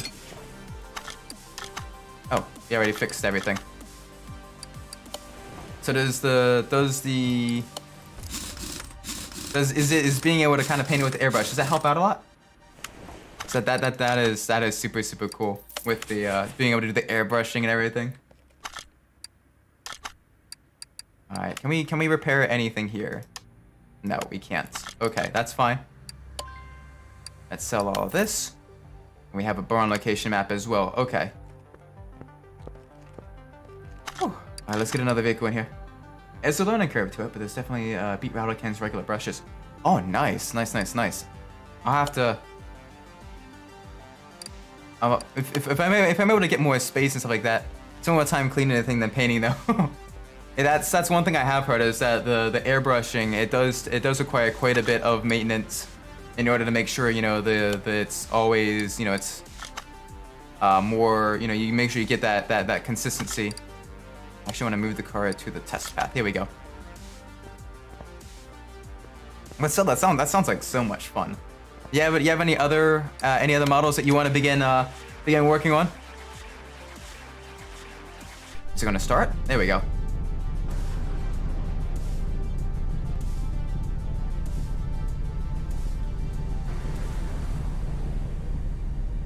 So I know one of my favorites was the Shelby Cobra. That one was very fun. So I managed to find a good spray paint that was really close to that like Shelby Cobra blue, and it actually turned out really nice. That one I have. That one I'm not sure where it went. It kind of disappeared when I moved out.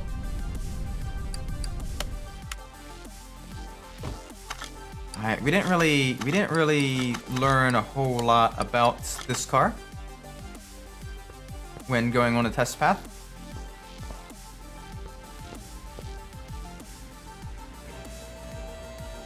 Alright, let's see. Battlestar Galactica Viper. Just waiting on a paint to get here. Oh, cool. Battlestar Galactica. Very cool. It's been a very long time since I watched Battlestar Galactica. I need to watch that again. That was really enjoyable. It's definitely one of the more underrated, or more forgotten. Yeah, I'm gonna say more forgotten sci-fi pieces of media out there. Alright, let's see what all we need. It's been a long time since last viewing. I need the middle muffler, the rear muffler. Probably this middle muffler as well? Yes. There we go. Let's get this all sorted.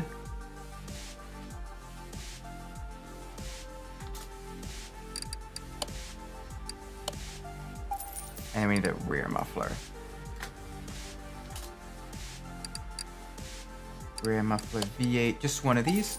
This is really cool though. We have essentially a like a Baja style El Camino, which is super cool.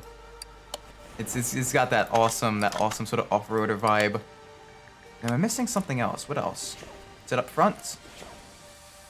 Probably up front. There it is. An exhaust section over valve D. Why can't I get it off? Do I need to lower the vehicle down? I probably need to lower the vehicle down. This is such a cool car too. Why do we need? Okay, let's see if we can get it off now. Also, where is this from? Belgium. Someone in Belgium had an off-road El Camino-esque vehicle. That's cool. I do like the cool different like license plates and everything. Front exhaust section V8 overhead valve D. Front exhaust section V8 overhead valve D delta. Beautiful. Let's lower it back down. Let's get the full exhaust kit back on. This is so cool. This car. There's a lot of vehicles I wanna restore and fully tune in this game as well. Like Car Mechanic Simulator 2015 had a decent amount of vehicles, but a lot of them are like really new as well, or new for the time. This is super awesome.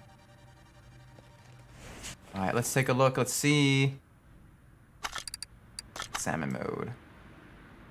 All right, well that's good. That's good. That's good. That is all good. So what is wrong?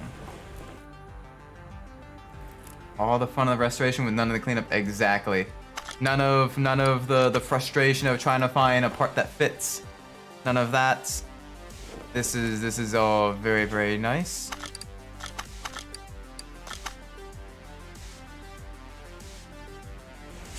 Oh, well that's one. Alright, so we found one part.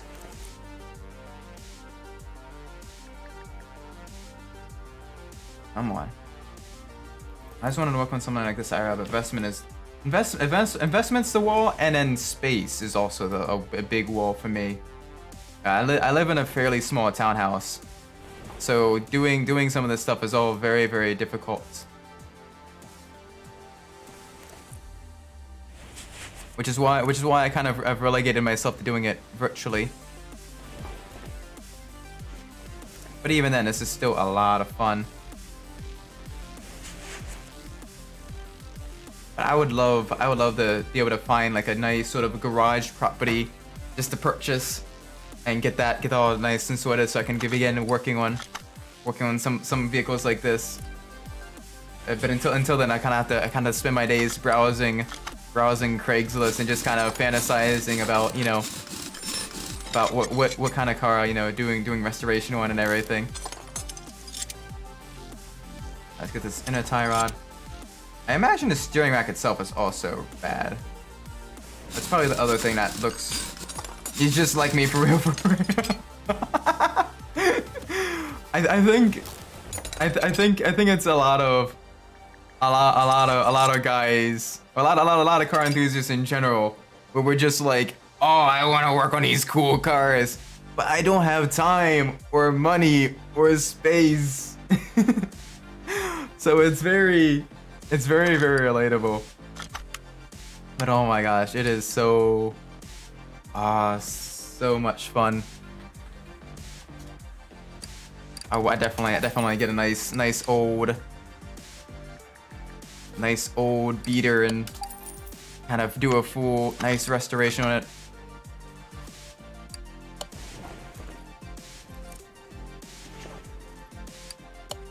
Any vehicle that you'd really want as a project car.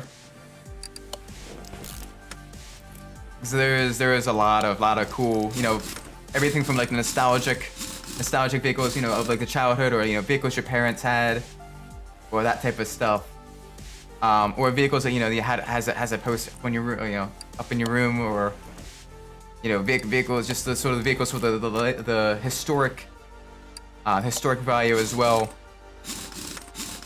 Like, is there any specific vehicles that you really want to kind of, you know, find, restore, and own for yourself?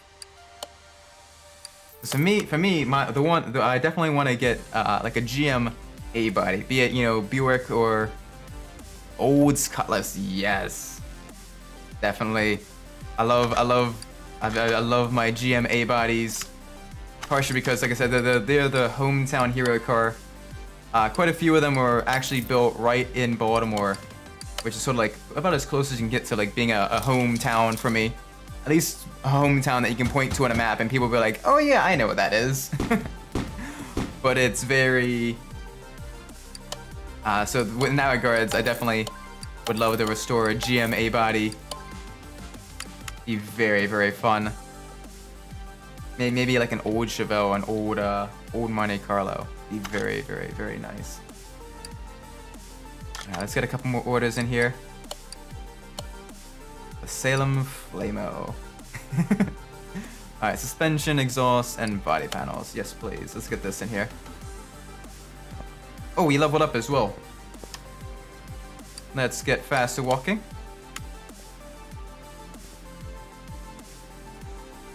Alright, let's see. Controlling car feels loose, repair running gear faults. Car is loud, damage body panels. Okay. So let's move this to... I don't want to move this to lift. I want to move this to test path. Nope. Test path.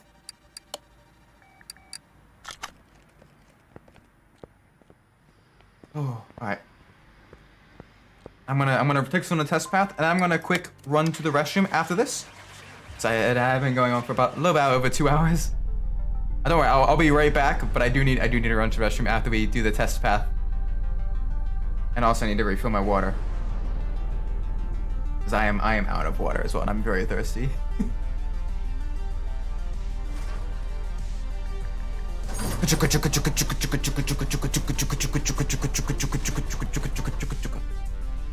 Oh, front suspension is absolutely horrific.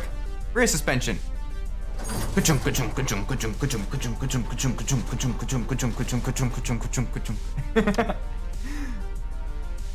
That is a lot of suspension issues. That is so many suspension issues. Cool. Alright, let's move this to the lifter. And if you excuse me for just 1 second, I'll be right back. I'm gonna run to the restroom. I'll be just a few seconds, so don't go anywhere, please.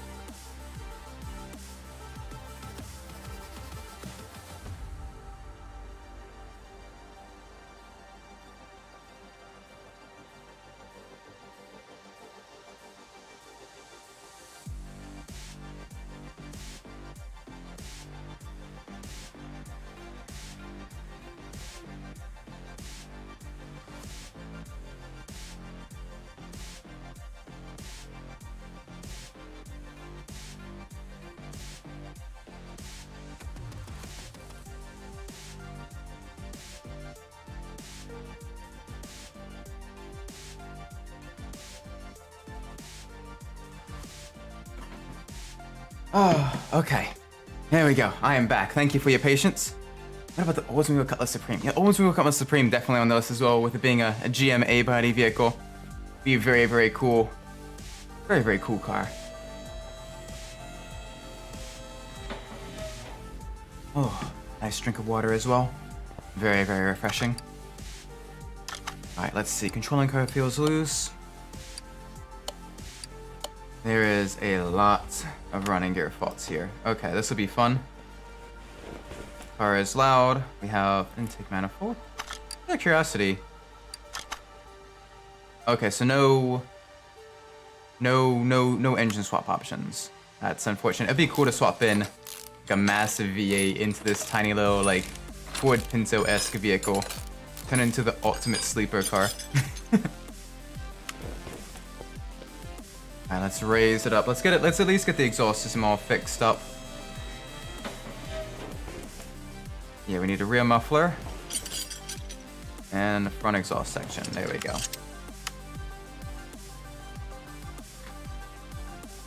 Rear muffler, V8 overhead valve. Let's get one of these. And then the front exhaust section. Front exhaust section, inline for single overhead cam. There we go. Very, very nice.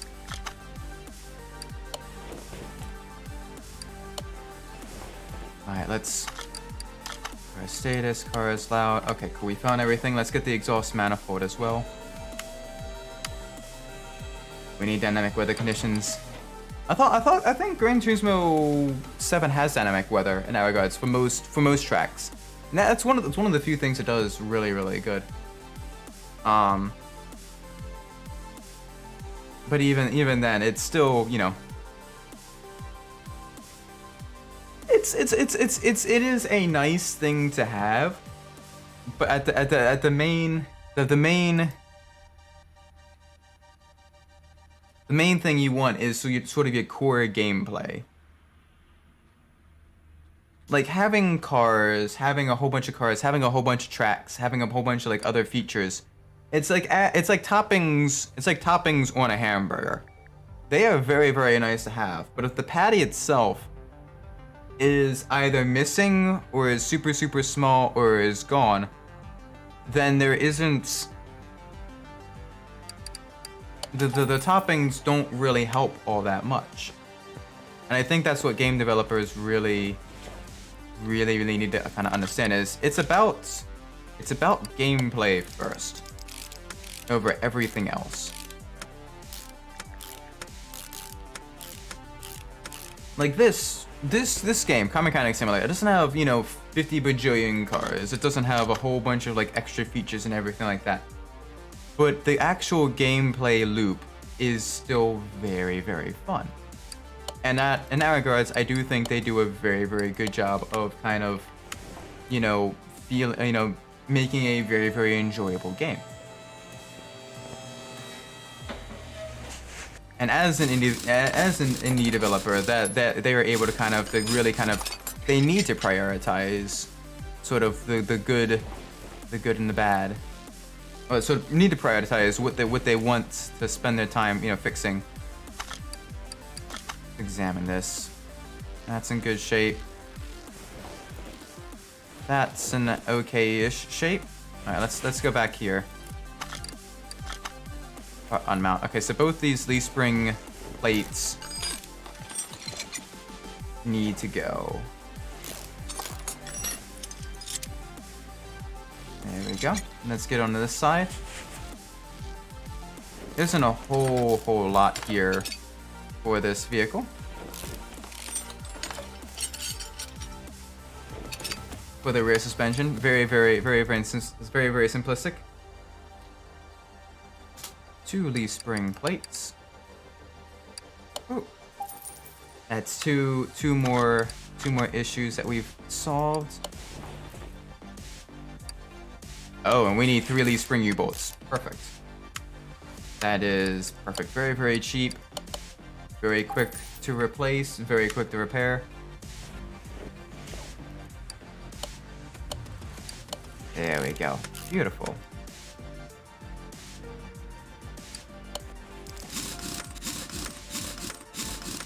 Oh, very, very nice. Okay, let's go back to this side. Let's get this leaf spring plate on here and this little Ford Pinto-esque vehicle, the Salem Flamo. Very, very nice name because the Pinto was known for catching on fire during accidents. Alright, we may as well test the rear springs. Ooh, that's good. Spring's good as well. There we go. Other spring looks very, very similar, so we probably don't need to yeah, we probably don't need to test that. Controlling car feels loose, that's all good. And this is all probably going to be up at the front. So let's, yeah, I see it. Oh boy, this is very, very, very Very dreadful. There's this bushing out of here. Let's just get these bushings out of here first. Let's see. Alright, we need that bushing out of there. Yeah, all these bushings are absolutely horrific.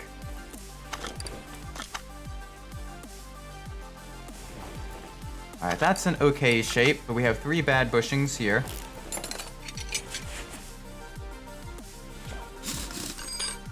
Alright, let's see what else we need. Pretty much everything. Pretty much everything. Great. Yeah, that steering knuckle is definitely bad. Front wheel hub probably is also... Oh, duh. Wheel hub bearing, get that out of there. Yep, that's in bad shape. That's an okay shape. This is probably also in terrible shape. Just fully disassembling this suspension. The front suspension system on this car. That's all gonna be going out of there.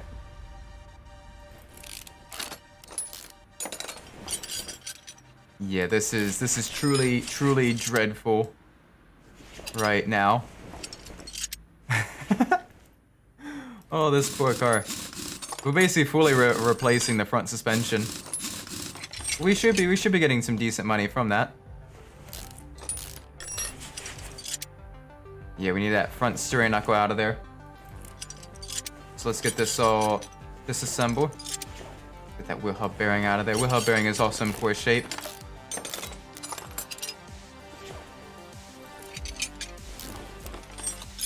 Oh boy, come on. There we go. There we go. Everything is broken here. All the bushings are bad. This poor car has probably been sitting in the moisture for a very long time. Alright, there we go. Get this out. Bottom suspension arm. Beautiful. And then the front steering knuckle B. Nice. Nice. Alright. Drink of water real quick.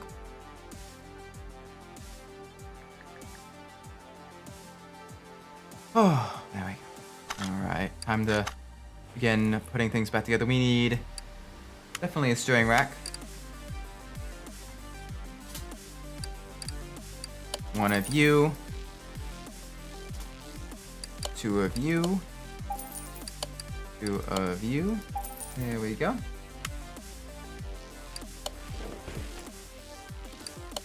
Now we need a front sway bar. Front sway bar, and then 2 front sway bar length Bs. There we go. This B is for a double wishbone. We need 2 front steering knuckle Bs. Front steering knuckle B, get 2 of these. Big restoration on the front of the vehicle.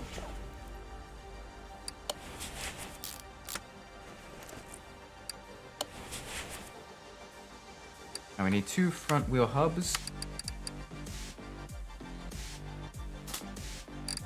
Front wheel hub, 2 of these. There we go. Very nice.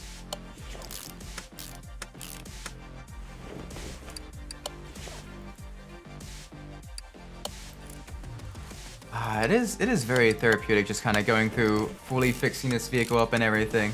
It's very nice. We need 1 wheel hub bearing. There we go. Beautiful. The next countries might have an option like bidding on a classical car, I don't think it's necessarily needed. Like I said, it'd be kind of cool. But knowing the way they're currently doing things, I don't have a lot of trust if Gran Turismo doing that. We need, let's see, 3, 4, 5, 6, 7, 8, 9, 11. I think we need 11 bushings. Upper suspension arm, bushing. Yes. There we go. We need a bottom suspension. We need 2 bottom suspension arms. Bottom suspension arm. Get 2 of these in there.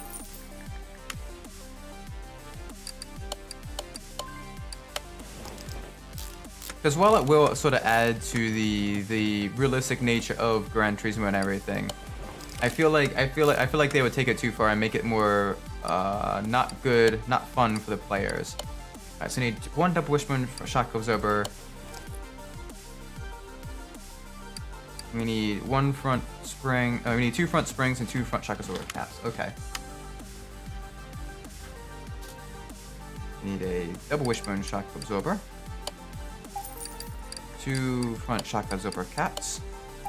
And then spring. 2 front springs. There we go. Now we need to begin putting it all back together. That inner tie rod on there first. Some of these bushings mounted in there as well. So many bushings. So many bushings that need to be replaced, just like in real life.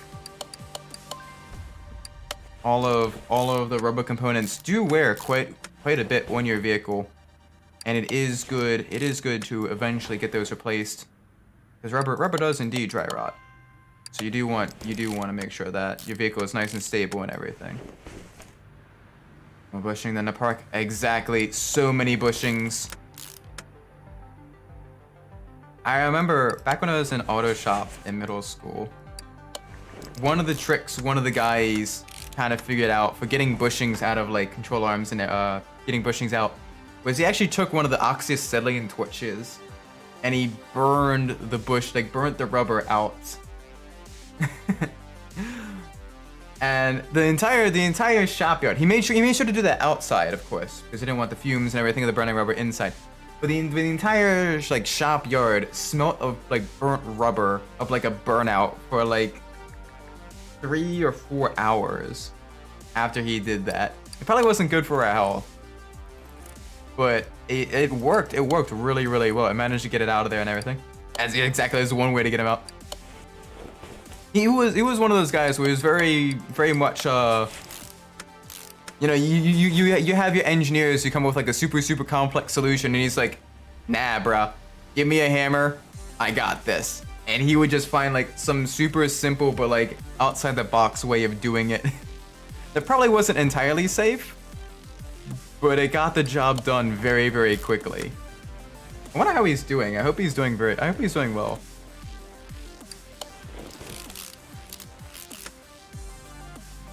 But I had so much fun times in auto shop back when I was in high school.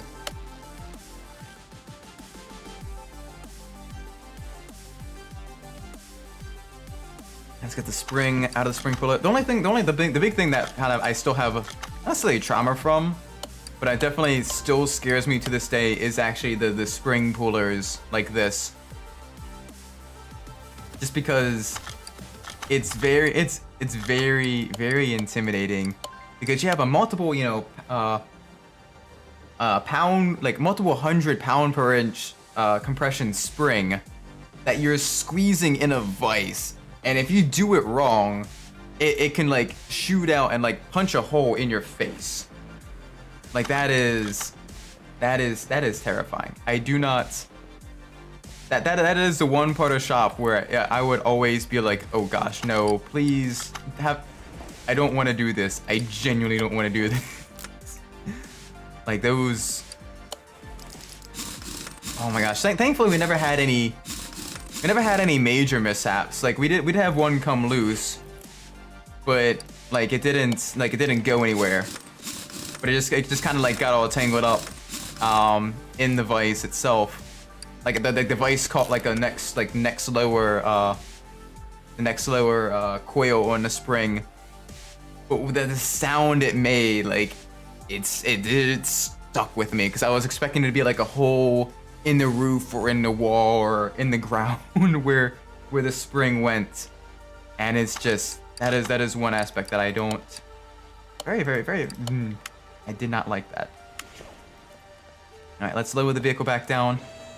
Let's get this Let's get this in a better area so I can begin taking the body parts off. And then we will have to begin fixing the body panels. All right, let's see. Let's oh, here we go. Ooh. Rims, body shop. Here we go. Salem Flamer. Very, very nice car. All right, car status. Front right door. Front right door, and then both door windows. Front right door, and then both front door windows. So let's get that. Front right door window, front left door window. There we go. Boop. Boop. Left side mirror. Okay, we need a left side mirror. Left side mirror. There we go. Beautiful. I do like the fact that a lot of the parts come in like unpainted now, as opposed to immediately like them knowing exactly what color the body is. That is really, really cool. Alright, let's see what else. We need a trunk. Both taillights. Cool. Trunk and both taillights. Trunk. And then both taillights. There we go. Doop. Trunk. Left taillight, right taillight. Let's get this put back together. Trunk. Left taillight. Right taillight. There we go. So the trunk window in there as well. Beautiful. What else are we missing? Both headlights, front window, and left body window A. Let's get the left body window first. Left body window A. We need a front window, and then both headlights. There we go. That's the hard part, is actually like memorizing what all needs to be fixed still. Sample mode, get the new components in there. Beautiful. Nice. That should be everything. That is everything. Decent payout as well. Like this game is a lot more generous in terms of payouts, which I'm really appreciative of. Very, very nice. Nothing we compare with. Okay, that's fine. Let's sell all this stuff. An extra $200 some to see if there's anything in the case. Loot box time. Loot box, loot box, loot box. Got a muffler, an engine head cover, and a map. Cool. Oh, got a catalytic converter instead. Nice. $107 for a Viper engine head cover. Sure. Let's sell the catalytic converter as well. We totally didn't cut them off with someone's vehicle. Ooh. Yes, please. Let's work on this. The Mustang Mach 1. Ooh. A little bit of rust on the body, but look at that. That is a beautiful livery, actually. That is a beautiful color combination and everything. Very, very subdued, but still very racy. Oh yeah, let's get working on the transmission here. This is beautiful.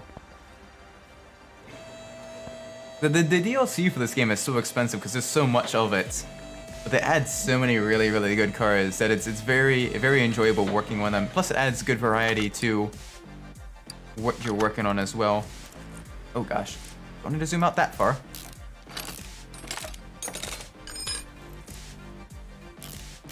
Oop, oop, oop. There we go. All right, let's get the gearbox. There we go. Beautiful. Let's hope there's a lot of stuff that needs to be fixed. There is. Yes, please. There we go. When you go through so quick, the game hasn't quite registered that you took another part off already. There we go. Ooh. There we go. Tablet. Let's go back to the main part shop.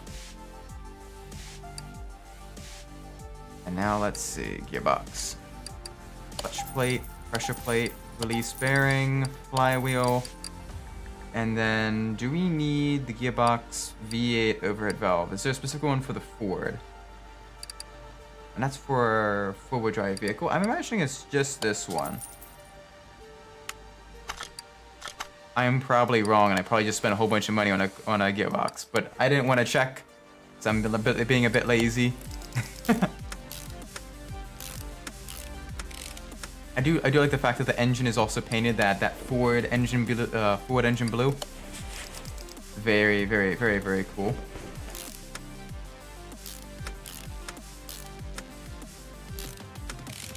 There we go. Very, very nice.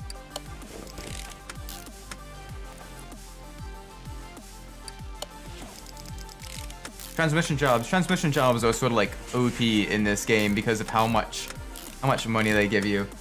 Like, we're already done, and we made $8,000 like in a few minutes of work. Wish it was that easy in real life. But still, nothing we can repair. Okay, that's fine. Let's sell all of the parts. Get an extra $86. Alright, another job. Let's see. Ooh, timing parts, having something engine bay, engine wasn't replacing, gear to keep slipping. Boat Hellcat DR, repair engine parts. Let's take the Boat Hellcat. Another muscle car. Ooh. Ooh, this is nice too. I do like the different like variations of vehicles as well. Like, that is very, very, very nice. Very, very cool. This may be one of the last vehicles we repair. We made quite a bit of progress today. Uh-oh. No. No. No, no, no, no, no, no, no, no. Is it the engine block? The engine block itself is bad. I can already see it. I can already see it. Am I gonna be proven right? Come on, prove me wrong. Prove me wrong.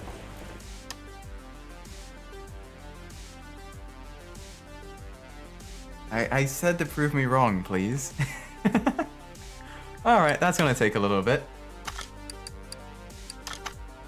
Oh, so many engine faults. We may as well have a full engine rebuild. Gearbox issues as well. Fair enough. Electronic meter. Here we go. What else needs fixing? Better roll our sleeves up. Yep. Sleeves are rolled up. Safety glasses are on. Got our mechanics gloves as well. Alright, starter's bad, ignition coil is bad. Alternator's bad, battery's bad. Okay, all of that's bad. Great. The car doesn't have OBD. Let's test the fuel pressure test. The pump looks good from what I can see back there. And the carb is bad though. And then this air scoop is also absolutely horrific.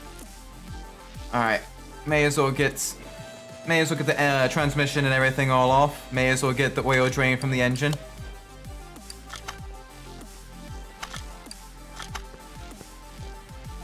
Oh, it doesn't let me work on it while it's draining. That's unfortunate. Place coming back. Alright, here we go. Boop, boop. Get the drive shaft out of there. There we go. The horrific starter. Thankfully, you don't need like this absolutely coat the every single bolt with PV blaster, and then use a welding torch to get use an oxyacetylene torch to get it off. Totally not speaking from experience. Some of the shop cars were in very, very rough shape. And it's very, very, very difficult getting them all off, getting some parts disassembled on them, because they would sit out when the students aren't working on them, and they would just sit being exposed to the elements, so everything would be corroded on them. But it was a learning experience. It was a lot of fun. Always great getting like 4 or 5 guys just trying to like yank down a pry bar. And until the bolt either finally broke loose or it broke entirely off. Either way, we got it off. So much fun.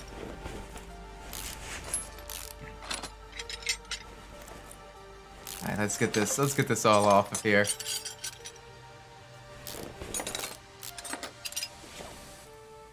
There we go. Beautiful. Okay, that's all good.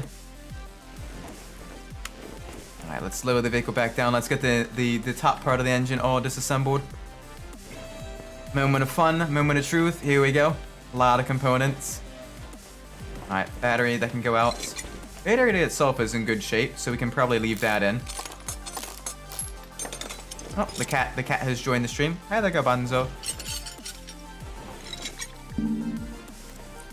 Oh, okay, the pulley is part of the supercharger. That's fine. The cat is currently like right beside one of my legs. I just accidentally like sort of repositioned my leg and I accidentally bumped the cat. Sorry about that. At least I didn't roll the chair back onto her. Are you there?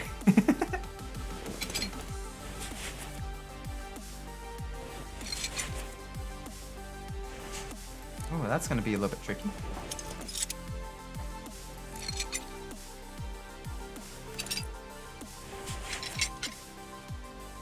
Uh-oh.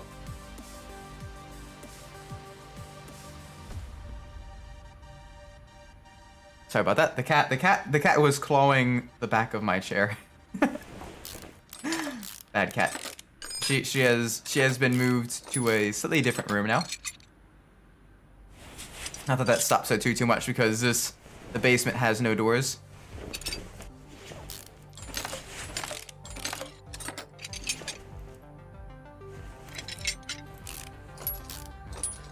No, she's a good cat most of the time. So it's always fun when you purchase, you know, when you go to get a cat and everything, you get all the stuff you need, you know, the scratching posts, all of that stuff. You wanna come up here? She can come up here. Okay. The cat is now fully part of the stream now. See, she's being friendly now. She's sitting right in my lap. Absolutely adorable.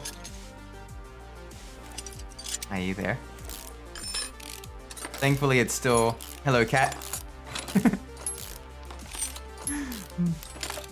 She's so good. She's a little gray tabby that we adopted back in August, and she's been a great addition to the house, great addition to the family. Very fun.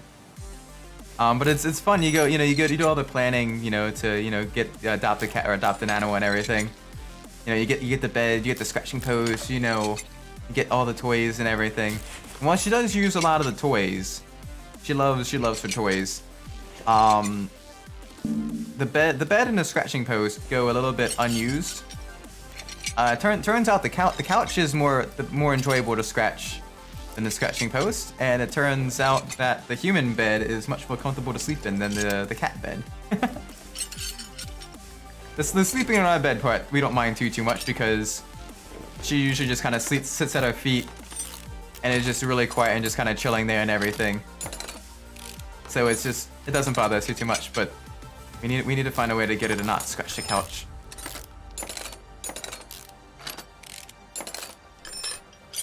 Or, as of recently, the back of my chair.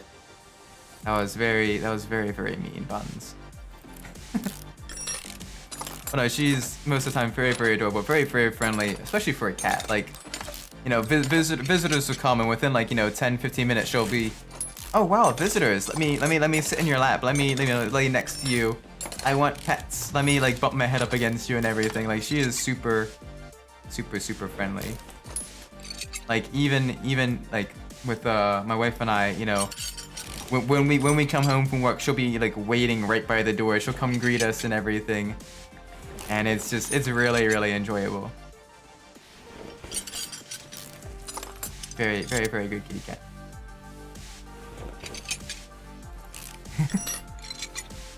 She's just chilling, watching me take apart this engine.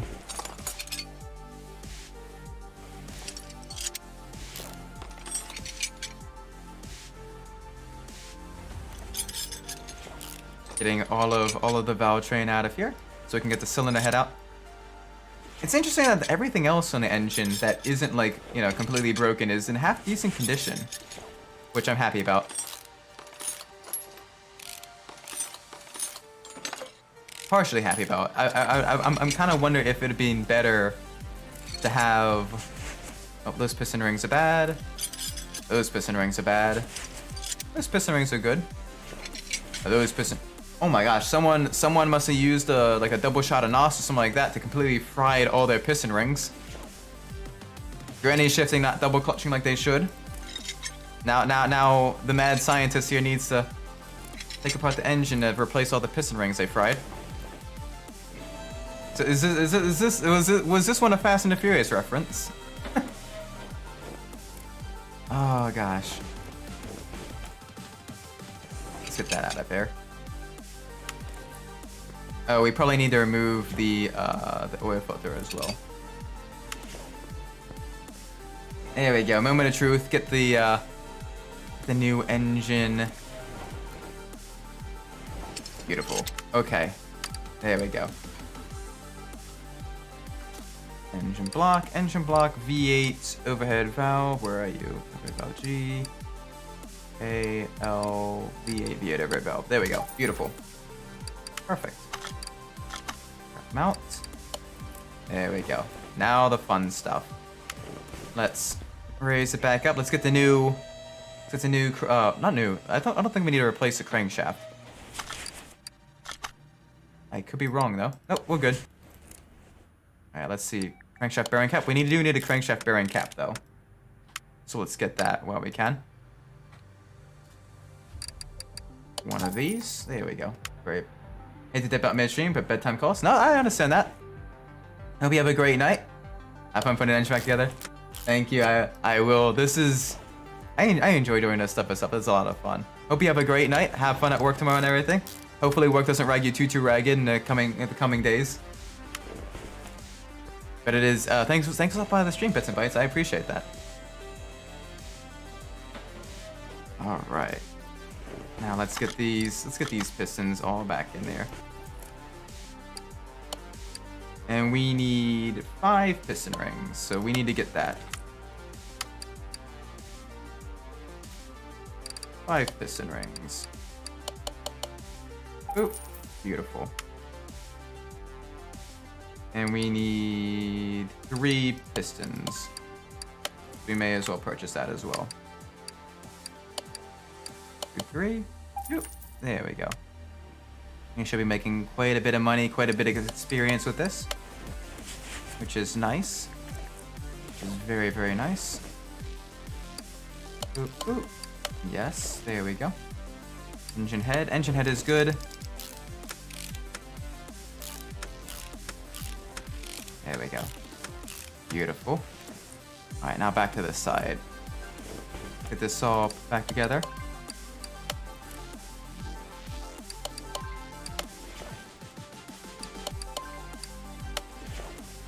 And the final one. There we go. I like how the phone has been basically ringing off the hook in this game.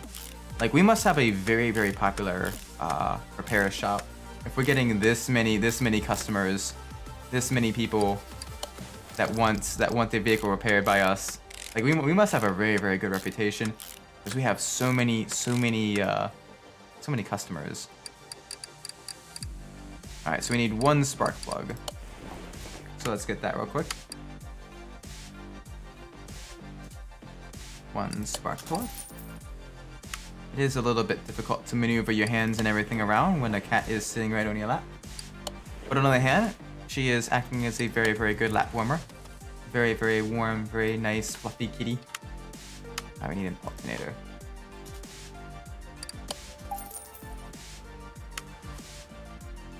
There we go. Get this all nice and bolted up. Ignition coil. We need an ignition coil as well. Ignition coil B. There we go. Now let's get the camshaft in there. Camshaft is good. Ignition distributor. That's good. Distributor rotor. That's good. Very, very nice. Good. Gucci. With the clip and everything all put in. Nice. There we go. Alright, now we get to see how many valve push rods we're going to eventually need. So far, so good. All of these are looking very, very solid. Let's get this all nice. Get this all nice and reassembled. Beautiful. Let's get the rocker arms in as well.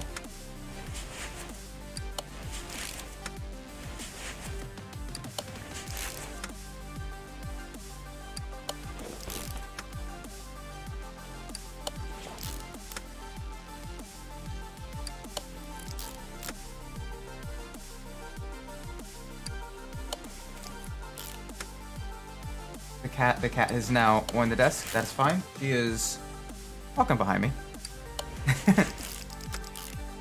She likes exploring up on the various surfaces of the house. As long as it's not a food surface, she's more usually allowed to freely explore, which is nice, which is good. Because most of the time she doesn't knock anything over. She's usually pretty good about that. She usually is very good at distinguishing between human object and cat toy, usually. We need 2 valve push rods. Valve push rod. We need 2 of these. Here we go. Oh, nice. Very, very nice. And now for the rocker arms. There's gonna be quite a few rocker arms we're gonna need to eventually purchase.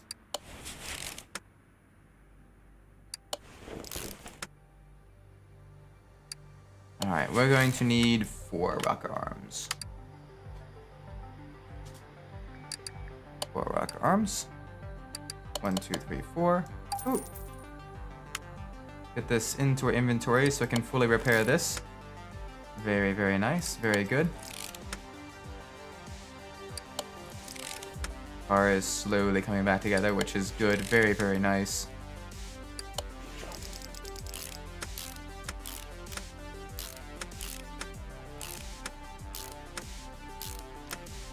Very, very good. Very, very good. Very nice. There we go. Get this exhaust manifold on there.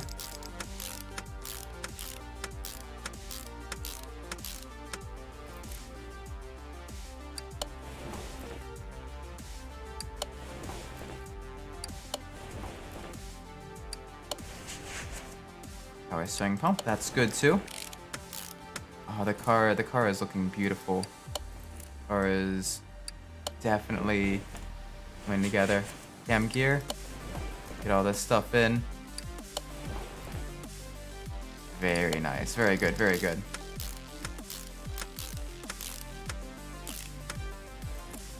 Let's get the supercharger intake manifold all bolted up. Let's get all the top end first before we fully get all the accessories. The supercharger has the pulley already on it. I do hope this game actually added a modified supercharger. We do need a new carburetor as well. So let's get that. Twin 4-barrel carburetor. Carburetor. 4-barrel. There we are. And we're going to need an air scoop. There we go. Boop, boop. Oh, look at the shininess of that carburetor as well. Very, very pretty, very beautiful. Very nice. Let's get that air scoop in there. Very, very good. There we go. Alright, let's get the water pump. Water pump's good. Bolt this up.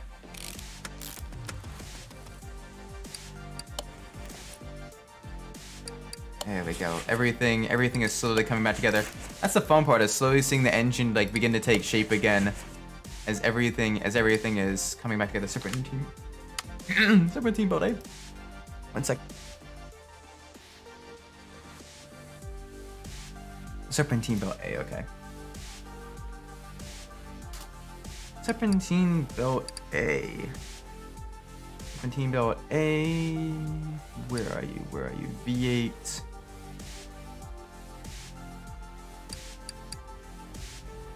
V8 overhead valve. I believe it's this one. I believe it's this one. It is this one. Good. Get the fan on there as well. There we go. Engine actually looking really, really good so far now. Let's get a new battery, and then let's begin working on the transmission. And let's also make sure we get the rest of the piston, the rod caps in there. I'm sure some of the rod caps are bad as well.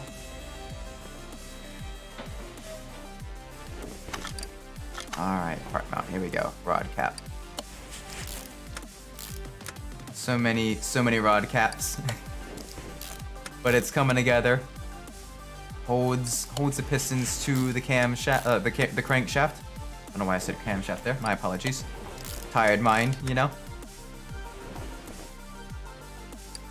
Rod cap. There we go. Beautiful.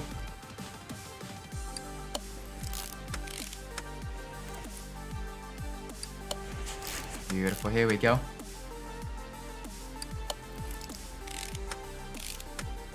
Yes. Yes, yes. Boop. Boop. Boop. Boop. Now we need a bunch of gearbox stuff now. Clutch plate, pressure plate, release bearing, flywheel, and then a V8 overhead valve transmission. Whole bunch of stuff. But it'll be fun to see this all put back together. Very beautiful, very gorgeous new components. There we go. Very, very nice.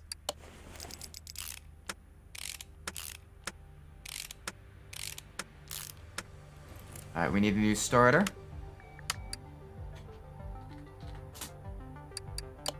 Nope, starter V8, I believe.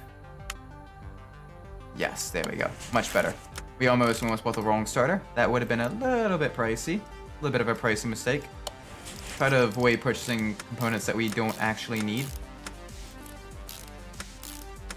Oh, but this car is slowly coming back together. Oh, we need the oil filter. And we can see car status. That's all good. Gearbox is good. All right, time to fill the engine back up with oil. Send the customer on their way, and we should be good. We should be getting paid. Heck yeah. All right.